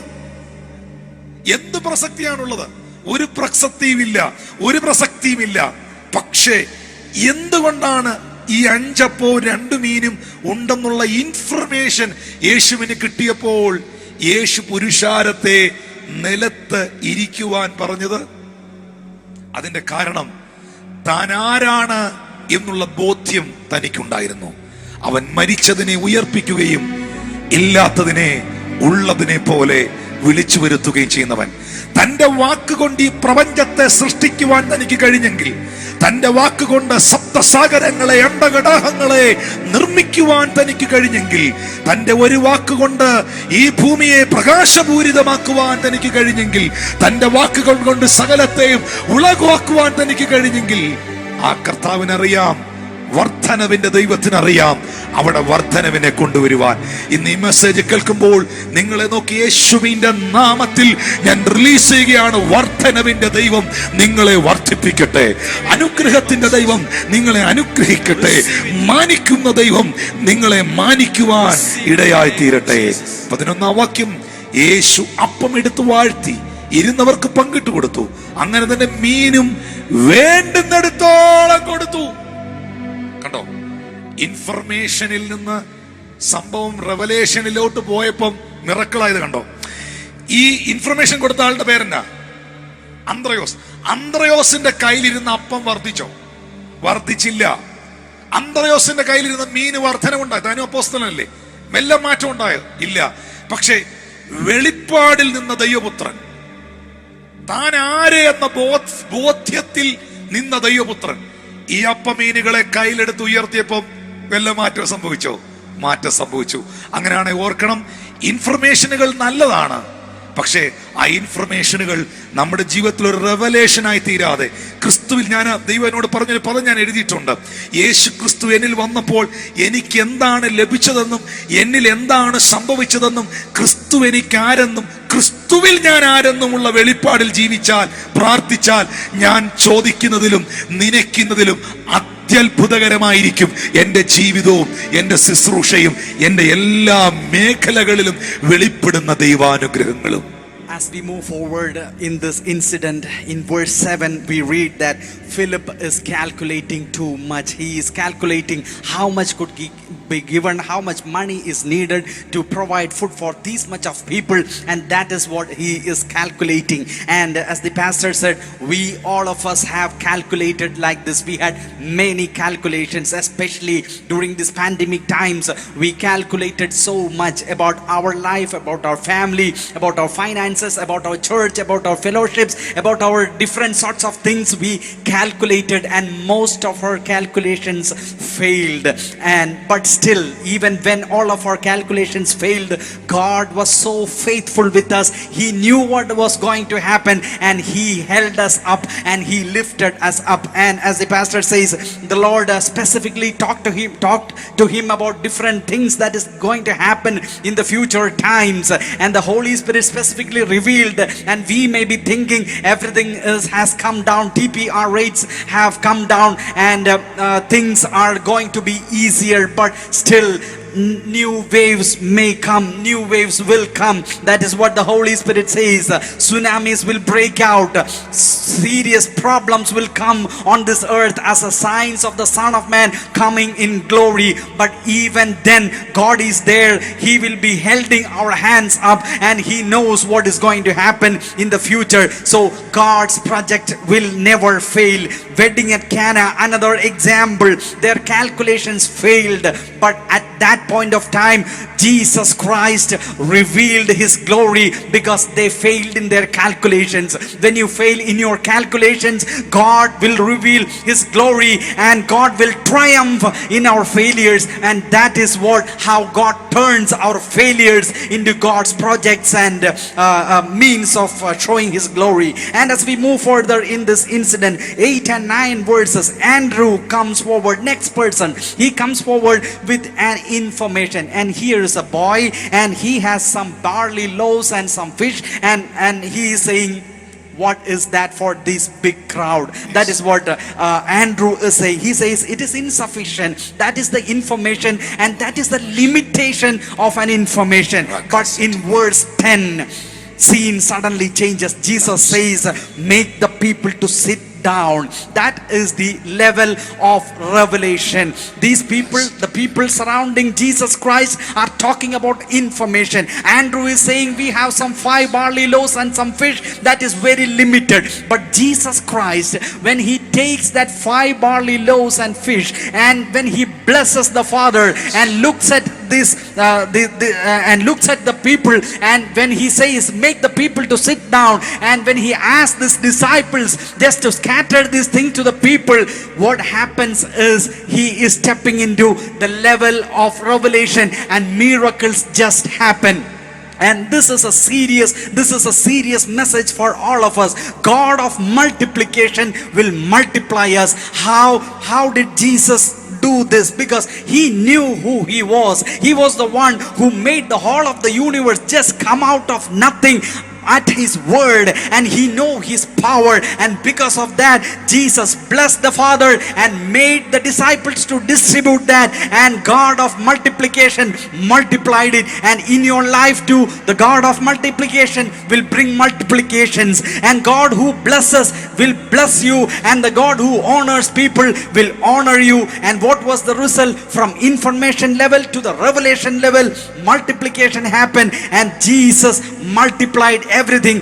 If you understand who you are in Christ, that's what pastor specifically said. If you understand who you are in Christ, whatever you ask, God will provide exceedingly and in an abundant manner. And that is the power of living under revelation. ഇന്ന് ഈ message കേൾക്കുന്നവരോട് വീണ്ടും അടുത്തൊരു ഭാഗത്തിൽ നിന്ന് കർത്താവിൻ്റെ ആത്മാവ് നിങ്ങളെ അറിയിക്കുന്ന ഒരു പ്രധാന കാര്യം, യേശു കർത്താവ് യെരിഹോവിലൂടെ കടന്നു പോകുന്ന ഒരു പശ്ചാത്തലമുണ്ട്. ലൂക്കോസ് സുവിശേഷം 18-ാം അധ്യായം 35 മുതൽ 38 വരെയുള്ള വാക്യങ്ങളാണ്. അവൻ യെരിഹോവിനടുത്തപ്പോൾ ഒരു കുരുടൻ ഇരന്നുകൊണ്ട് വഴിയരികിൽ ഇരുന്നിരുന്നു. പുരുഷാരം കടന്നു പോകുന്നത് കേട്ടിട്ട് ഇതെന്തെന്ന് അവൻ ചോദിച്ചു. 37-ാം വാക്യത്തിൽ പറയുന്നു, നസ്രയനായ യേശു കടന്നു പോകുന്നു എന്ന് അവനോട് അറിയിച്ചു. അപ്പോൾ അവൻ, യേശുവേ, ദാവീദ് പുത്ര, എന്നോട് കരുണ തോന്നണമേ എന്ന് നിലവിളിച്ചു. മുന്നടക്കുന്നവർ അവനോട് മിണ്ടാതിരിപ്പാൻ കൽപ്പിച്ചു. ദാവീദ് പുത്ര, എന്നോട് കരുണ തോന്നണമേ എന്ന് ഏറ്റവും അധികം നിലവിളിച്ചു. യേശു നിന്നു, അവനെ തന്റെ അടുക്കൽ കൊണ്ടുവരാൻ കൽപ്പിച്ചു. അവനോട് കർത്താവ് ചോദിച്ചു, ഞാൻ നിനക്ക് വേണ്ടി എന്ത് ചെയ്യണം? യേശുവിനോട് അവൻ പറഞ്ഞു, കർത്താവേ, എനിക്ക് കാഴ്ച കിട്ടണമെന്ന് പറഞ്ഞു. യേശു അവനോട്, കാഴ്ച പ്രാപിക്കുക, നിന്റെ വിശ്വാസം നിന്നെ രക്ഷിച്ചിരിക്കുന്നു പറഞ്ഞു. ഉടനെ തന്നെ അവൻ ക്ഷണത്തിൽ തന്നെ കാഴ്ച പ്രാപിച്ച് ദൈവത്തെ മഹത്വീകരിച്ച് അവനെ അനുഗമിച്ചു. ജനമെല്ലാം ഇത് കണ്ടിട്ട് ദൈവത്തിന് പുകഴ്ച കൊടുത്തു. ഇവിടെ ഒരു വലിയ സംഭവമുണ്ട്. ഈ ഇൻഫർമേഷനുകളല്ല നമ്മുടെ ജീവിതത്തിൽ വിടുതലുകൾ നൽകുന്നത്. ആ ഇൻഫർമേഷനുകൾ റെവലേഷനുകളായി തീരുമ്പോഴാണ് എന്ന സത്യമാണ്. യേശു കർത്താവ് യെരിഹോവിലൂടെ ഇങ്ങനെ നടന്നു പോകുമ്പം കണ്ണിന് കാഴ്ചയില്ലാത്ത ഭിക്ഷക്കാരനായ തിമായിയുടെ മകനായ ബർത്തിമായി എന്ന കുരുടൻ ഈ ആരവാരവും ബഹളവും എല്ലാം കേട്ടിട്ട് ചോദിക്കുകയാണ്, ആരാണ് ഇതുവഴി കടന്നു പോകുന്നത്? അപ്പൊ ഉടനെ 37-ാമത്തെ വാക്യത്തിൽ അവനൊരു ഇൻഫർമേഷൻ കിട്ടി. നസ്രയനായ യേശു കടന്നു പോകുന്നു എന്ന് അവർ അവനെ അറിയിച്ചു. അവനൊരു ഇൻഫർമേഷൻ കിട്ടുകയാണ്. ഇതുവഴി പോകുന്നത് ആരാണ്? നസ്രയനായ യേശുവാണ്. പക്ഷേ അവൻ എന്താണ് അടുത്ത വാക്യത്തിൽ 38-ാമത്തെ വാക്യത്തിൽ യേശുവിനെ സംബോധന ചെയ്തത് അല്ലെങ്കിൽ വിളിച്ചത്? യേശുവേ, ദാവീദ് പുത്ര, എന്നോട് കരുണ തോന്നണമേ എന്ന് നിലവിളിച്ചു. പക്ഷെ അവൻ കേട്ടത് എന്തുവാ? നസ്രയനായ യേശു. വിളിച്ചത് എന്തുവാ? ദാവീദ് പുത്ര യേശുവേ. സത്യത്തിൽ ഇതുവഴി ആരാ കടന്നു പോകുന്നേ എന്ന് ചോദിച്ചാൽ ഇതുവഴി ബില്ലി ഗ്രഹാമാ കടന്നു പോകുന്നത് എന്ന് പറഞ്ഞാൽ നമ്മൾ എന്നാ വിളിക്കും? റെവറൻഡ് ഡോക്ടർ ബില്ലി ഗ്രഹാം എന്നല്ലേ വിളിക്കുള്ളൂ. ഇതുവഴി ആരാ കടന്നു പോകുന്നതെന്ന് ചോദിച്ചാൽ ഇതുവഴി സച്ചിൻ തെണ്ടുൽക്കർ ആണ് കടന്നു പോകുന്നതെന്ന് പറഞ്ഞാൽ സച്ചിൻ എന്നല്ലേ വിളിക്കൂ. ഇതുവഴി ആരാ കടന്നു പോകുന്നത്? ടിനുപാസ്റ്റർ അതുവഴി പോകുന്ന ടിനുപാസ്റ്റർ എന്നല്ലേ വിളിക്കൂ. അതുവഴി ജിജി മോഹൻ പാസ്റ്റർ പോകുന്ന ജിജി മോഹൻ പാസ്റ്റർ എന്നല്ലേ വിളിക്കൂ. ഇവൻ കേട്ടത് നസ്രയനായ യേശു കടന്നു പോകുന്നു എന്നാ, പക്ഷെ ഇവൻ വിളിച്ചത് ദാവീദ് പുത്ര യേശുവേ എന്നാ. ഇതിനകത്തൊരു വലിയ സംഗതിയുണ്ട്.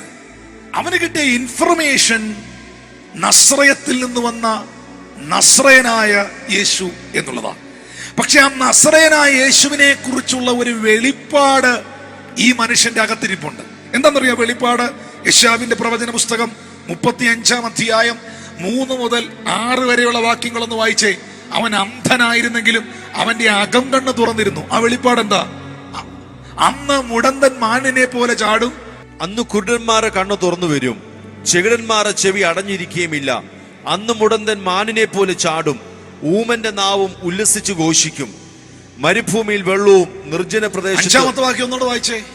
അന്ന് കുരുടന്മാരുടെ കണ്ണ് തുറന്നു വരും, അന്ന് കുരുടന്മാരുടെ കണ്ണ് തുറന്നു വരും, ചെകിടന്മാരുടെ ചെവി അടഞ്ഞിരിക്കില്ല. നോക്കിയേ, ഈ വചനത്തിന്റെ ഈ പ്രവചനത്തിന്റെ ഒരാഴം അവന്റെ ഹൃദയത്തിൽ ഉണ്ടായിരുന്നു. എവിടെയോ ഒരു സ്പാർക്ക് കടമുണ്ടായിരുന്നു. ദാവീദ് ഗൃഹത്തിൽ നിന്നും ദാവീദിന്റെ ഗോത്രത്തിൽ നിന്നും ഒരുത്തൻ പുറപ്പെട്ടു വരും. യിശയ്യായുടെ കുറ്റിയിൽ നിന്ന് ഒരു മുള പൊട്ടി വരും. യേശുവിനെ കുറിച്ചുള്ള വെളിപ്പാടാണ്, പ്രവചനമാണ്. അവന്റെ പ്രത്യേകത എന്താണ്? അവൻ വന്നാൽ അന്ന് കുരുടന്മാരുടെ കണ്ണ് തുറന്നു വരും, ചെകിടന്മാരുടെ ചെവി അടഞ്ഞിരിക്കില്ല. അതുകൊണ്ടാണ് ഈ മനുഷ്യൻ ഇത് നസ്രയനായ യേശുവാണെന്നുള്ള ഇൻഫർമേഷൻ കാണത്തില്ലല്ലോ, കാഴ്ചയില്ലല്ലോ. നസ്രയനായ യേശുവാണെന്നുള്ള ഇൻഫർമേഷൻ കേട്ടിട്ട് ആ ഇൻഫർമേഷനിൽ നിന്നുകൊണ്ടല്ല പുള്ളി പ്രാർത്ഥിക്കുന്നത്, വിളിക്കുന്നത് റെവലേഷനിൽ നിന്നുകൊണ്ടാണ്. ഇൻഫർമേഷനിൽ നിന്നുകൊണ്ടുള്ള വിളിയല്ലത്, വെളിപ്പാടിൽ നിന്നുള്ള വിളിയാണ്. ദാവീദ് പുത്ര യേശുവേ എന്നോട് കരുണ തോന്നണമേ. കാരണം അവന് മാത്രമേ അന്ധന്റെ കണ്ണ് തുറക്കാൻ കഴിയൂ, ചെകിടന്റെ ചെവി കേൾപ്പിക്കാൻ കഴിയൂ. യെശയ്യാ 22-ന്റെ 22-ാമത്തെ വാക്യത്തിലും രേഖപ്പെടുത്തിയിട്ടുണ്ട്, ഞാൻ ദാവീദിന്റെ ഗൃഹത്തിൽ താക്കോൽ അവന്റെ തോളിൽ വെക്കും. ആ വാക്യം യെശയ്യാ 22:22. ഞാൻ ദാവീദ് ഗൃഹത്തിന്റെ താക്കോൽ അവന്റെ തോളിൽ വെക്കും, അവൻ തുറന്നാൽ ആരും അടയ്ക്കുകയില്ല, അവൻ അടച്ചാൽ ആരും തുറക്കുകയില്ല. ഈ ദാവീദ് ഗൃഹത്തിൽ നിന്ന് വരുന്ന ദൈവപുത്രനായ ക്രിസ്തുവിന്റെ കയ്യിലാണ് അധികാരത്തിന്റെ താക്കോൽ. അവൻ തുറന്നാൽ ആരും അടയ്ക്കില്ല, അവൻ അടച്ചാൽ ആർക്കും അത് തുറക്കാനും കഴിയുകയില്ല. അവൻ എൻ്റെ കണ്ണുകളെ തുറക്കുവാൻ കഴിയും എന്ന വിശ്വാസത്തിലും വെളിപ്പാടിൽ നിന്നുകൊണ്ട് ഉറക്കെ വിളിച്ചു. മുന്നടക്കുന്നവർ മിണ്ടാതിരിക്കാൻ ശാസിച്ചിട്ടും അവൻ അടങ്ങിയില്ല. അവൻ പിന്നെ ഉച്ചത്തിൽ വിളിച്ചു. പ്രിയപ്പെട്ടവരെ, ഒരു ഇൻഫർമേഷന്റെ ഒക്കെ അടിസ്ഥാനത്തിൽ വിളിക്കുന്നവൻ കുറച്ച് ദിവസമേ വിളിക്കുള്ളൂ, അല്ലെങ്കിൽ 1-2 തവണ വിളിക്കുകയുള്ളൂ. ആരെങ്കിലും ഒന്ന് കണ്ണുരുട്ടി കാണിച്ചാൽ, ഒന്ന് വരട്ടിയാൽ പ്രാർത്ഥനയ്ക്ക് പോകരുത് എന്നൊന്ന് പറഞ്ഞാൽ പിന്നെ ആ പുള്ളിയെ പരിസരത്ത് പോലും കാണില്ല. പക്ഷെ ക്രിസ്തു ആരെയെന്ന് മനസ്സിലാക്കി, അവൻ ആരെയെന്നറിഞ്ഞ് ഇതിന്റെ സത്യവും ഇതിന്റെ മഹാത്മ്യവും ഇതിന്റെ വ്യക്തതയും ഉള്ളത്തിൽ ലഭിച്ചാൽ അവന് ഒന്നും വിഷയമല്ല, ഒരു സാഹചര്യം അവന് വിഷയമല്ല. അവനൊരു റിലീജിയനും ബാരിയറല്ല, അവനൊരു പ്രതിസന്ധിയും ബാരിയറല്ല. അവൻ അറിഞ്ഞ സത്യത്തിന് വേണ്ടി, അറിഞ്ഞ വചനത്തിന് വേണ്ടി, അറിഞ്ഞ ക്രിസ്തുവിന് വേണ്ടി, ലഭ്യമായ വെളിപ്പാടിന് വേണ്ടി ചങ്കും നെറ്റിയും കൊടുത്ത് അവന്റെ അവസാന ശ്വാസം വരെയും അവൻ ജീവനുള്ള ദൈവത്തിന് വേണ്ടി നിലകൊള്ളുവാനിടയായി തീരും. തിമായിയുടെ മകനായ ബർത്തിമായിക്ക് നാട്ടുകാര് കൊടുത്ത ഇൻഫർമേഷനിലല്ല അവൻ പ്രാർത്ഥിച്ചത്, അവൻ വിളിച്ചത്, അവൻ വിശ്വസിച്ചത്, അവൻ ആശ്രയിച്ചത്. അവൻ വിളിച്ചത്, അവൻ പ്രാർത്ഥിച്ചത്, അവൻ വിശ്വസിച്ചത്, അവൻ ആശ്രയിച്ചത് ഒരു വെളിപ്പാടിലാണ്. ദാവീദ് ഗോത്രത്തിൽ നിന്ന് അന്ധന്റെ കണ്ണ് തുറക്കുവാൻ, ചെകിടന്റെ ചെവിയെ കേൾപ്പിക്കുവാൻ, ഊമരെ സംസാരിപ്പിക്കുവാൻ വരുന്ന യിശയ്യായുടെ കുറ്റിയിൽ നിന്ന് പൊട്ടിപ്പുറപ്പെടുന്ന ആ മുളയിലാണ് അവൻ വിശ്വസിച്ചത്. Another important aspect related to this, another incident. Jesus is passing through Jericho, and Luke chapter 18 verses 35 to 38 beautifully portrays this aspect of living in Revelation. Here we have a blind man, and he got an information that Jesus of Nazareth is passing by. That is the information. But he called Jesus Christ an entirely different name. He heard Jesus of Nazareth is passing by, but what he called is Jesus, Son of David, have mercy on me. He heard that Jesus of Nazareth is passing by, but why did he call an entirely different name, that Jesus, Son of David, have mercy on me? And as the pastor said, this was a revelation. This was a spark of revelation, prophecy that he got in his mind, in his spirit. That is what we find in Isaiah chapter 35 verse 3 to 6. It says that when the Son of Man comes, when the Son of David comes, there will be blind seeing, there will be deaf opening their ears, and that was the revelation he received from the scriptures.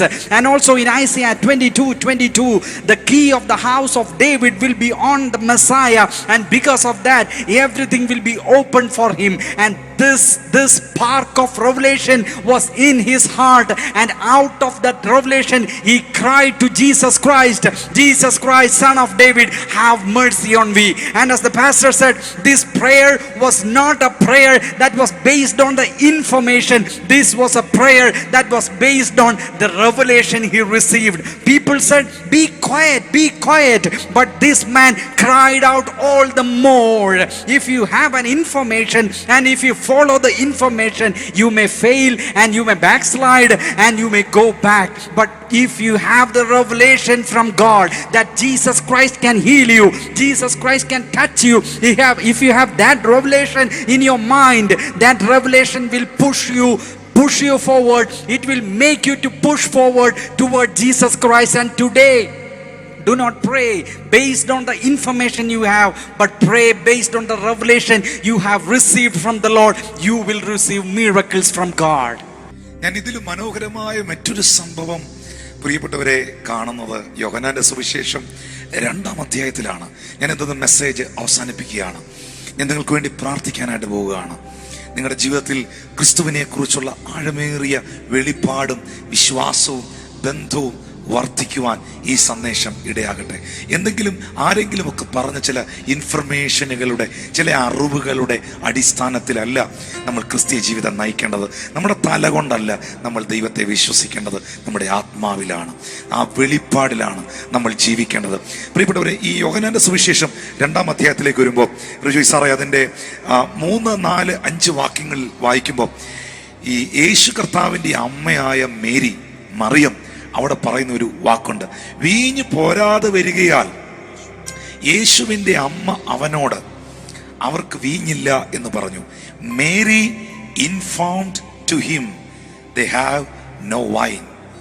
Mary informed to Jesus, Mary informed to him they have no wine. മറിയം യേശു കർത്താവിന് ഒരു information കൊടുക്കുകയാണ്. മകനെ, വീഞ്ഞ് തീർന്നു പോയി. പക്ഷേ മേരി അവിടെ യേശുവിന് കൊടുത്തത് ഇൻഫർമേഷനും ശുശ്രൂഷകർക്ക് കൊടുത്തത് റെവലേഷനുമാണ്. ഒന്നുകൂടെ പറയാം. മറിയം യേശു കർത്താവിന് കൊടുത്തത് ഇൻഫർമേഷനാണ്. മകനെ, വീഞ്ഞ് തീർന്നുപോയി. പക്ഷെ അതേ മറിയം 5-ാം വാക്യത്തിൽ ശുശ്രൂഷകർക്ക് കൊടുത്തത് എന്താ? ഇൻഫർമേഷൻ അല്ല, ഒരു റെവലേഷനാ.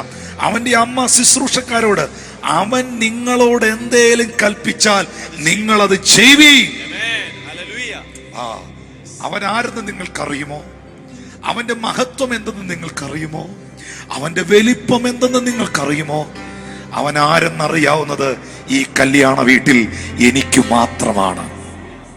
മേരിക്ക് പറയാൻ കഴിയും ശിഷ്യഗണങ്ങളെക്കാൾ അധികം. കാരണം ശിഷ്യന്മാർ ഇതുവരെയും യേശു ചെയ്യുന്ന ഒരത്ഭുതങ്ങളും കണ്ടിട്ടില്ല പ്രിയരെ. ആദ്യമായി യേശു കർത്താവ് അത്ഭുതങ്ങളെ ചെയ്തത് കാനാവിലെ കല്യാണ വീട്ടിലല്ലേ. പക്ഷെ ആ വിവാഹ വീട്ടിൽ, ആ വിരുന്നു വീട്ടിൽ യേശു ക്രിസ്തു ആര് എന്നറിയാവുന്നത് ഒരേ ഒരു വ്യക്തിക്ക് മാത്രമാണ്.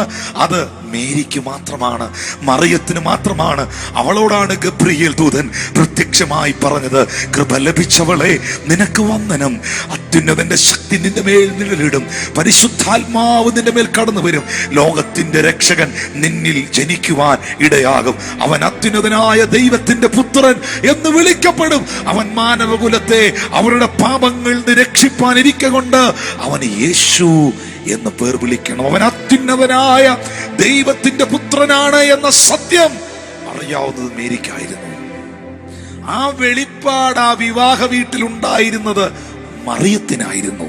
അതുകൊണ്ട് ആ മറിയത്തെയാണ് ഒരത്ഭുതം അവിടെ കർത്താവ് ചെയ്യുവാൻ സ്വർഗത്തിലെ ദൈവം ഉപയോഗിച്ചത്.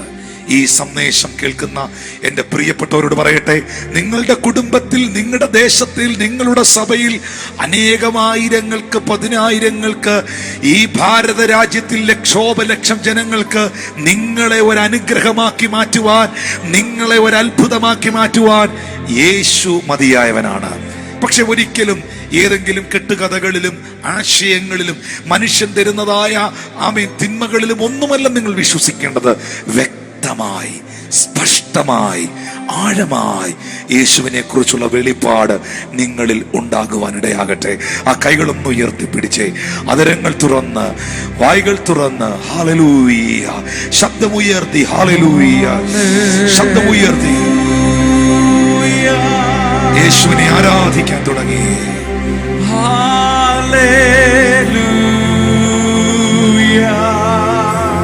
ശബ്ദമുയർത്തി കർത്താവിനെ മഹത്വപ്പെടുത്താൻ തുടങ്ങി.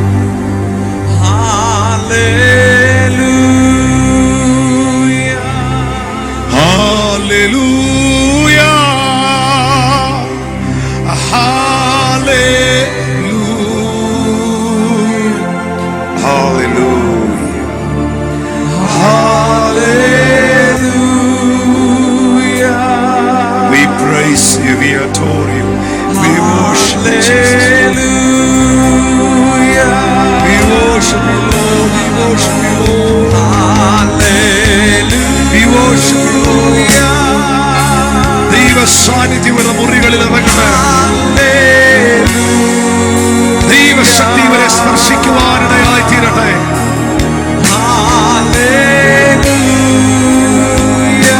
ആഴമേറിയ ദൈവീക വെളിപ്പാട് താൻ എന്ത് ചെയ്യുവാൻ പോകുന്നുവെന്ന് താൻ അറിഞ്ഞിരുന്നു.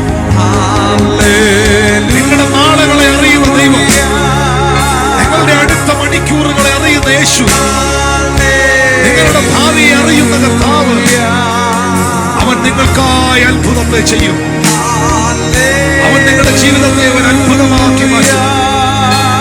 നിങ്ങളുടെ ജീവിതത്തെ അവൻ ഒരു വിടുതലായി തീർക്കും. നിങ്ങളുടെ ശാപങ്ങളെ അവൻ അനുഗ്രഹമാക്കും. നിങ്ങളുടെ പാപ സ്വഭാവത്തിൽ നിന്ന് യേശു നിങ്ങളെ വിടുവിക്കും. യേശുവിനുള്ള വിശ്വാസം നിങ്ങളെ ട്രാൻസ്ഫോം ചെയ്യും. നിങ്ങളെ രൂപാന്തരപ്പെടുത്തും. ആർക്കും രൂപാന്തരപ്പെടുത്താത്തതിന്റെ തലമുറകളെ യേശു രൂപാന്തരപ്പെടുത്തും. ക്രിസ്തുവിനുള്ള വെളിപ്പാട് രൂപാന്തരപ്പെടുത്തും. പരിശുദ്ധാത്മാവേ,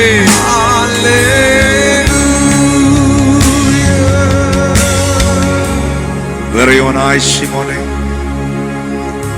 നീ ഭാഗ്യവാൻ. Simon, you are blessed. നീ അനുഗ്രഹിക്കപ്പെട്ടവൻ. ജഡരക്തങ്ങളല്ല നിനക്ക് ഈ വെളിപ്പാട് തന്നത്, മതമല്ല നിനക്ക് ഈ വെളിപ്പാട് തന്നത്, മനുഷ്യനല്ല നിനക്ക് ഈ വെളിപ്പാട് തന്നത്. ഈ യേശുവിനോടുള്ള ബന്ധം താങ്കൾക്കുണ്ടായത് മതം നിമിത്തമല്ല, ഒരു മനുഷ്യൻ നിമിത്തമല്ല. ഏതെങ്കിലുമൊക്കെ മനുഷ്യരെ, ഞങ്ങളെപ്പോലുള്ളവരെ പ്രസംഗിക്കാൻ, പറഞ്ഞു തരാൻ, ശുശ്രൂഷിക്കാൻ പരിശുദ്ധാത്മാവ് ഉപയോഗിച്ച് കാണും. പക്ഷേ നിങ്ങൾക്ക് ബന്ധമുണ്ടായത് യേശുവിനോടാണ്. ആ ബന്ധമാണ് നിങ്ങളുടെ ബന്ധനങ്ങളെ അഴിച്ചത്. ആ ബന്ധമാണ് നിങ്ങളിൽ രൂപാന്തരം വരുത്തിയത്. ആ ബന്ധമാണ് നിങ്ങളെ നിങ്ങളാക്കി മാറ്റിയത്. ആ ബന്ധമാണ്, യേശു കർത്താവിനോടുള്ള ആ ബന്ധമാണ് നിങ്ങളെ ഇന്നും നിലനിർത്തിയിരിക്കുന്നത്. ഈ മാർച്ച് മാസം 20-ാം തീയതി ഞായറാഴ്ച പകലിൽ ആ കൈകളെ ഉയർത്തി ആ ബന്ധം എന്നിൽ വർദ്ധിക്കട്ടെ, ആ വെളിപ്പാടിനിൽ വർദ്ധിക്കട്ടെ. കർത്താവായ യേശുവിലുള്ള വിശ്വാസം എന്നിൽ വർദ്ധിക്കട്ടെ, അതിന്റെ ആഴങ്ങൾ വർദ്ധിക്കട്ടെ എന്ന് ആത്മാവിലൊന്ന് പ്രാർത്ഥിച്ചേ. ഒന്ന് പ്രാർത്ഥിച്ചേ പ്രിയരെ, ഒന്ന് പ്രാർത്ഥിച്ചേ. ഓ ഹല്ലേലൂയ, ഹല്ലേലൂയ, ഹല്ലേലൂയ. എല്ലാ ഭയങ്ങളും മാറിപ്പോകുകയാണ്. ഇത് യേശുവിൻ കൂടുള്ള യാത്രയാണ്. എല്ലാ ഭയങ്ങളും മാറിപ്പോകുകയാണ്. ആ മാറോട് ചാർന്നിരുന്നാൽ പിന്നെ ഭയമില്ല പ്രിയരെ. അൻപേറുന്ന കൈകളാൽ അത്ഭുതകരമായിട്ട് അവൻ നിങ്ങളെ നടത്തും പ്രിയരെ. ഇന്ന് ചില ഭയങ്ങൾ ഉള്ളത്തിൽ നിന്ന് മാറിപ്പോകുകയാണ്. ഏതൊക്കെയോ രോഗങ്ങളെ കുറിച്ചുള്ള ഭയങ്ങൾ ഉള്ളത്തിൽ നിന്ന് മാറിപ്പോകട്ടെ. എല്ലാ പാനിക് അറ്റാക്കുകളും, എല്ലാ ആങ്സൈറ്റി പ്രോബ്ലംസും യേശുവിന്റെ നാമത്തിൽ മാറിപ്പോകട്ടെ. എല്ലാ പാനിക് ഡിസോർഡേഴ്സും യേശുവിന്റെ നാമത്തിൽ ഒട്ടഞ്ഞു വീഴട്ടെ. എല്ലാ ഭയത്തിന്റെ, ആകുലതയുടെ, ഉത്കണ്ഠയുടെ അശുദ്ധാത്മാവും യേശു ക്രിസ്തുവിൻ നാമത്തിൽ മാറിപ്പോകട്ടെ. അൻപേറുന്ന കൈകളാൽ അത്ഭുതമായി നടത്തിടും, മാധുര്യമേറും മൊഴികളാൽ തൻ സ്നേഹമെന്നോട് പങ്കുവയ്ക്കും.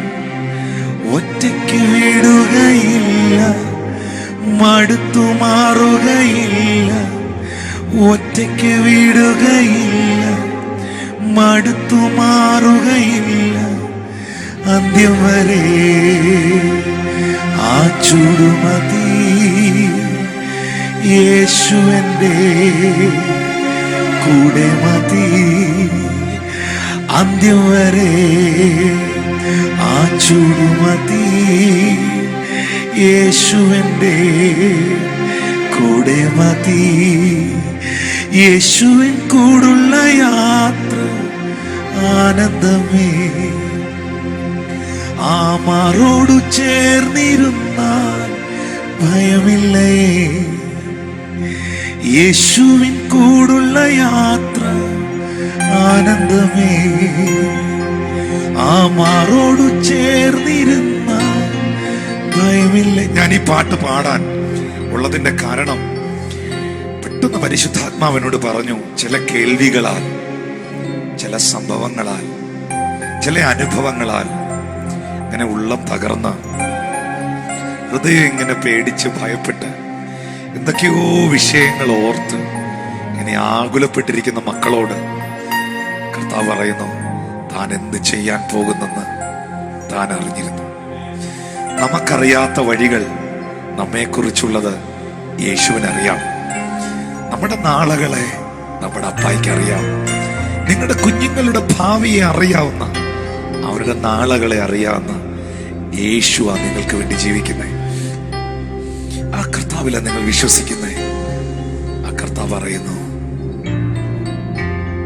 അൻപേറുന്ന കൈകളാൽ അത്ഭുതമായി നടത്തിടും, മാധുര്യമേറും മൊഴികളാൽ തൻ സ്നേഹമെന്നോട് പങ്കുവയ്ക്കും. നിന്നെ ഒറ്റയ്ക്ക് വിടുകയില്ല മോളെ, നിന്നെ ഒറ്റയ്ക്ക് വിടുകയില്ല. മോനെ, ദേവദാസനെ, അഭിഷിക്തനെ, നിന്നെ ഒറ്റയ്ക്ക് വിടുകയില്ല, മടുത്തു മാറുകയില്ല. കർത്താവിന്റെ ശുശ്രൂഷയിൽ നിന്ന ഒരു കുടുംബം ഇന്നെന്നെ കാണുന്നു. പരിശുദ്ധാത്മാവിനോട് പറയുന്നു, നിങ്ങളൊരു നല്ലൊരു വർഷിപ്പ് ലീഡറും ഒരു പ്രസംഗകനും ശുശ്രൂഷകനും ഒക്കെ ആയിരുന്നു. പക്ഷെ എവിടെയോ ഏതൊക്കെയോ സാഹചര്യങ്ങൾ, മനുഷ്യർ പറഞ്ഞ ചില ഇൻഫർമേഷൻസ് ഒക്കെ നിങ്ങളെ ഒതുക്കി കളഞ്ഞു. പക്ഷെ ഇന്ന് ഈ സഭായോഗത്തിൽ പരിശുദ്ധാത്മാവ് നിങ്ങളെ കൈപിടിച്ച് എഴുന്നേൽപ്പിക്കുക. ആ കുടുംബത്തോട് കർത്താവ് പറയുന്നു, ഒറ്റയ്ക്ക് വിടുകയില്ല, യേശു മടുത്തു മാറുകയില്ല, അന്ത്യം വരെ ആ ചുടുമതി, യേശു എൻ്റെ കൂടെ മതി, അന്ത്യം വരെ ആ ചുടുമതി. ഈ വിശ്വാസത്തിൽ വന്നത് കാരണം, ക്രിസ്തുവിലുള്ള വെളിപ്പാട് ലഭിച്ചിട്ട് ആ ക്രിസ്തുവിലുള്ള വെളിപ്പാടിലേക്ക്, വിശ്വാസത്തിലേക്ക്, വചനസത്യത്തിലേക്ക് വന്നത് കാരണം ഭയങ്കരമായ ഒറ്റപ്പെടലുകൾ അനുഭവിക്കുന്ന കുടുംബങ്ങൾ എന്നെ ശ്രദ്ധിക്കുന്നുണ്ട്. ഒത്തിരി ഒറ്റപ്പെടലുകൾ അനുഭവിക്കുന്നവർ. എല്ലാവരും എന്നെ തഴഞ്ഞോ? എല്ലാവരും എന്നെ ഉപേക്ഷിച്ചോ? എല്ലാവരും എന്നെ കളഞ്ഞോ? ഇല്ല. ആര് നിന്നെ മറന്നാലും, ആര് നിന്നെ ഉപേക്ഷിച്ചാലും, ആര് നിന്നെ കൈവിട്ടാലും കർത്താവ് നിങ്ങളെ കൈവിടത്തില്ല. യേശു നിങ്ങളുടെ കൂടെ ഉണ്ട്. നിങ്ങളുടെ കുടുംബത്തിൽ, നിങ്ങളുടെ ദേശത്തിൽ, നിങ്ങളെ പഴി പറഞ്ഞവരുടെ മുമ്പിൽ, നിങ്ങളെ ഒറ്റപ്പെടുത്തിയവരുടെ മുമ്പിൽ കർത്താവ് നിങ്ങളെ മാനിക്കും. നിങ്ങളോട് മിണ്ടരുത്, തിമായുടെ മകനായ ബർത്തിമായോട് മിണ്ടരുത് എന്ന് പറഞ്ഞവർ ബർത്തിമായ ഒരു അത്ഭുത സാക്ഷിയായി തീരുന്നത് കണ്ടതുപോലെ നിങ്ങളൊരു അത്ഭുത സാക്ഷിയായി മാറുന്നത് കാണും. നിങ്ങളൊരു അത്ഭുതമായി തീരുന്നത് കാണും. കർത്താവേ, എന്റെ ജീവിതത്തെ നിനക്കായി തീരുന്നു. ഹല്ലേലൂയ. ദൈവത്തിന്റെ ആത്മാവിനോട് സംസാരിക്കുകയാണ്, എന്നോട് സംസാരിക്കുകയാണ്. നിങ്ങളുടെ ലോണുകളൊക്കെ അടയ്ക്കാൻ കർത്താവ് വഴികൾ തുറക്കട്ടെ. നിങ്ങളുടെ ഭവനത്തിന്റെ പണികൾ കർത്താവ് പൂർത്തീകരിക്കട്ടെ. നിങ്ങളുടെ ആ കുഞ്ഞിനെ, മകളെ, മകനെ ഓർത്ത്, അവന്റെ പഠനത്തെ, വിദ്യാഭ്യാസത്തെ ഓർത്തുള്ള എല്ലാ ഭാരങ്ങളും നിങ്ങളുടെ അകത്തുനിന്ന് പരിശുദ്ധാത്മാവ് ഇന്ന് പകൽ എടുത്തു കളയട്ടെ. എന്റെ നാളുകളെ അറിയുന്ന ദൈവം, എന്റെ നാളുകളെ കാണുന്ന കർത്താവ്, ഹല്ലേലൂയ. അവൻ എനിക്കായി ജീവിക്കുന്നു. അവൻ എന്ത് ചെയ്യുവാൻ പോകുന്നു എന്ന് അവൻ അറിയുന്നു. അതൊരു അത്ഭുതമായിരിക്കും. അതൊരിക്കലും എനിക്ക് തിന്മയ്ക്കല്ല, അതെനിക്ക് നന്മയ്ക്കായിരിക്കും. കർത്താവെ, അന്ത്യം വരെ ആ ചൂട് മതി കർത്താവെ. ആ കർത്താവിന്റെ കയ്യിലോട്ടൊന്ന്, യേശുവിന്റെ കരങ്ങളിലോട്ടൊന്ന് കയറിയിരുന്നേ. എല്ലാ ഭയങ്ങളും മെഴുകുതിരി ഉരുകി ഇങ്ങനെ ഒഴുകി പോന്ന പോലെ, അതിങ്ങനെ ഐസ്ക്രീം ഇങ്ങനെ മെൽട്ടായി ഒഴുകി പോന്ന പോലെ എല്ലാ ആകുലതകളും, ഭയങ്ങളും, ഉത്കണ്ഠകളും എല്ലാം നിങ്ങളെ വിട്ടുപോകുകയാണ്. ഓ, താങ്ക് യു ലോർഡ് ജീസസ്. എല്ലാ തലവേദനകളും, എല്ലാ അസ്ഥികളുടെ വേദനകളും, എല്ലാ രോഗാത്മാക്കളും യേശുവിൻ നാമത്തിൽ നിങ്ങളെ വിട്ടുപോകുകയാണ്. Thank you Jesus. പ്രിയരെ, ഈ ആഴ്ചയിൽ നമ്മുടെ ഫാസ്റ്റിംഗ് പ്രയർ നടക്കുക. നാളെ മുതൽ നമ്മുടെ ഉപവാസ പ്രാർത്ഥന തുടങ്ങുക. ഓൺലൈൻ സർവീസിൽ ലൈവായിട്ട് മീറ്റിംഗുകൾ നടക്കുക. ഇതുപോലെ ലൈവായി സർവീസുകൾ നടക്കുക. നിങ്ങൾ ഈ ആഴ്ചയിലെല്ലാം ഉപവസിക്കാനും പ്രാർത്ഥിക്കാനും തമ്പുരാനോട്, യേശുവിനോട് പറ്റിയിരിക്കാനും ആ ക്രിസ്തുവിലുള്ള വെളിപ്പാടിൽ വർദ്ധിച്ചു വരുവാനും നിങ്ങൾ പ്രാർത്ഥിക്കണം. അക്കരങ്ങളൊന്ന് ഉയർത്തി, യേശുവിൻ കൂടുള്ള യാത്ര ആനന്ദമേ, ആ മാറോടു ചേർന്നിരുന്ന ഭയമില്ലേ,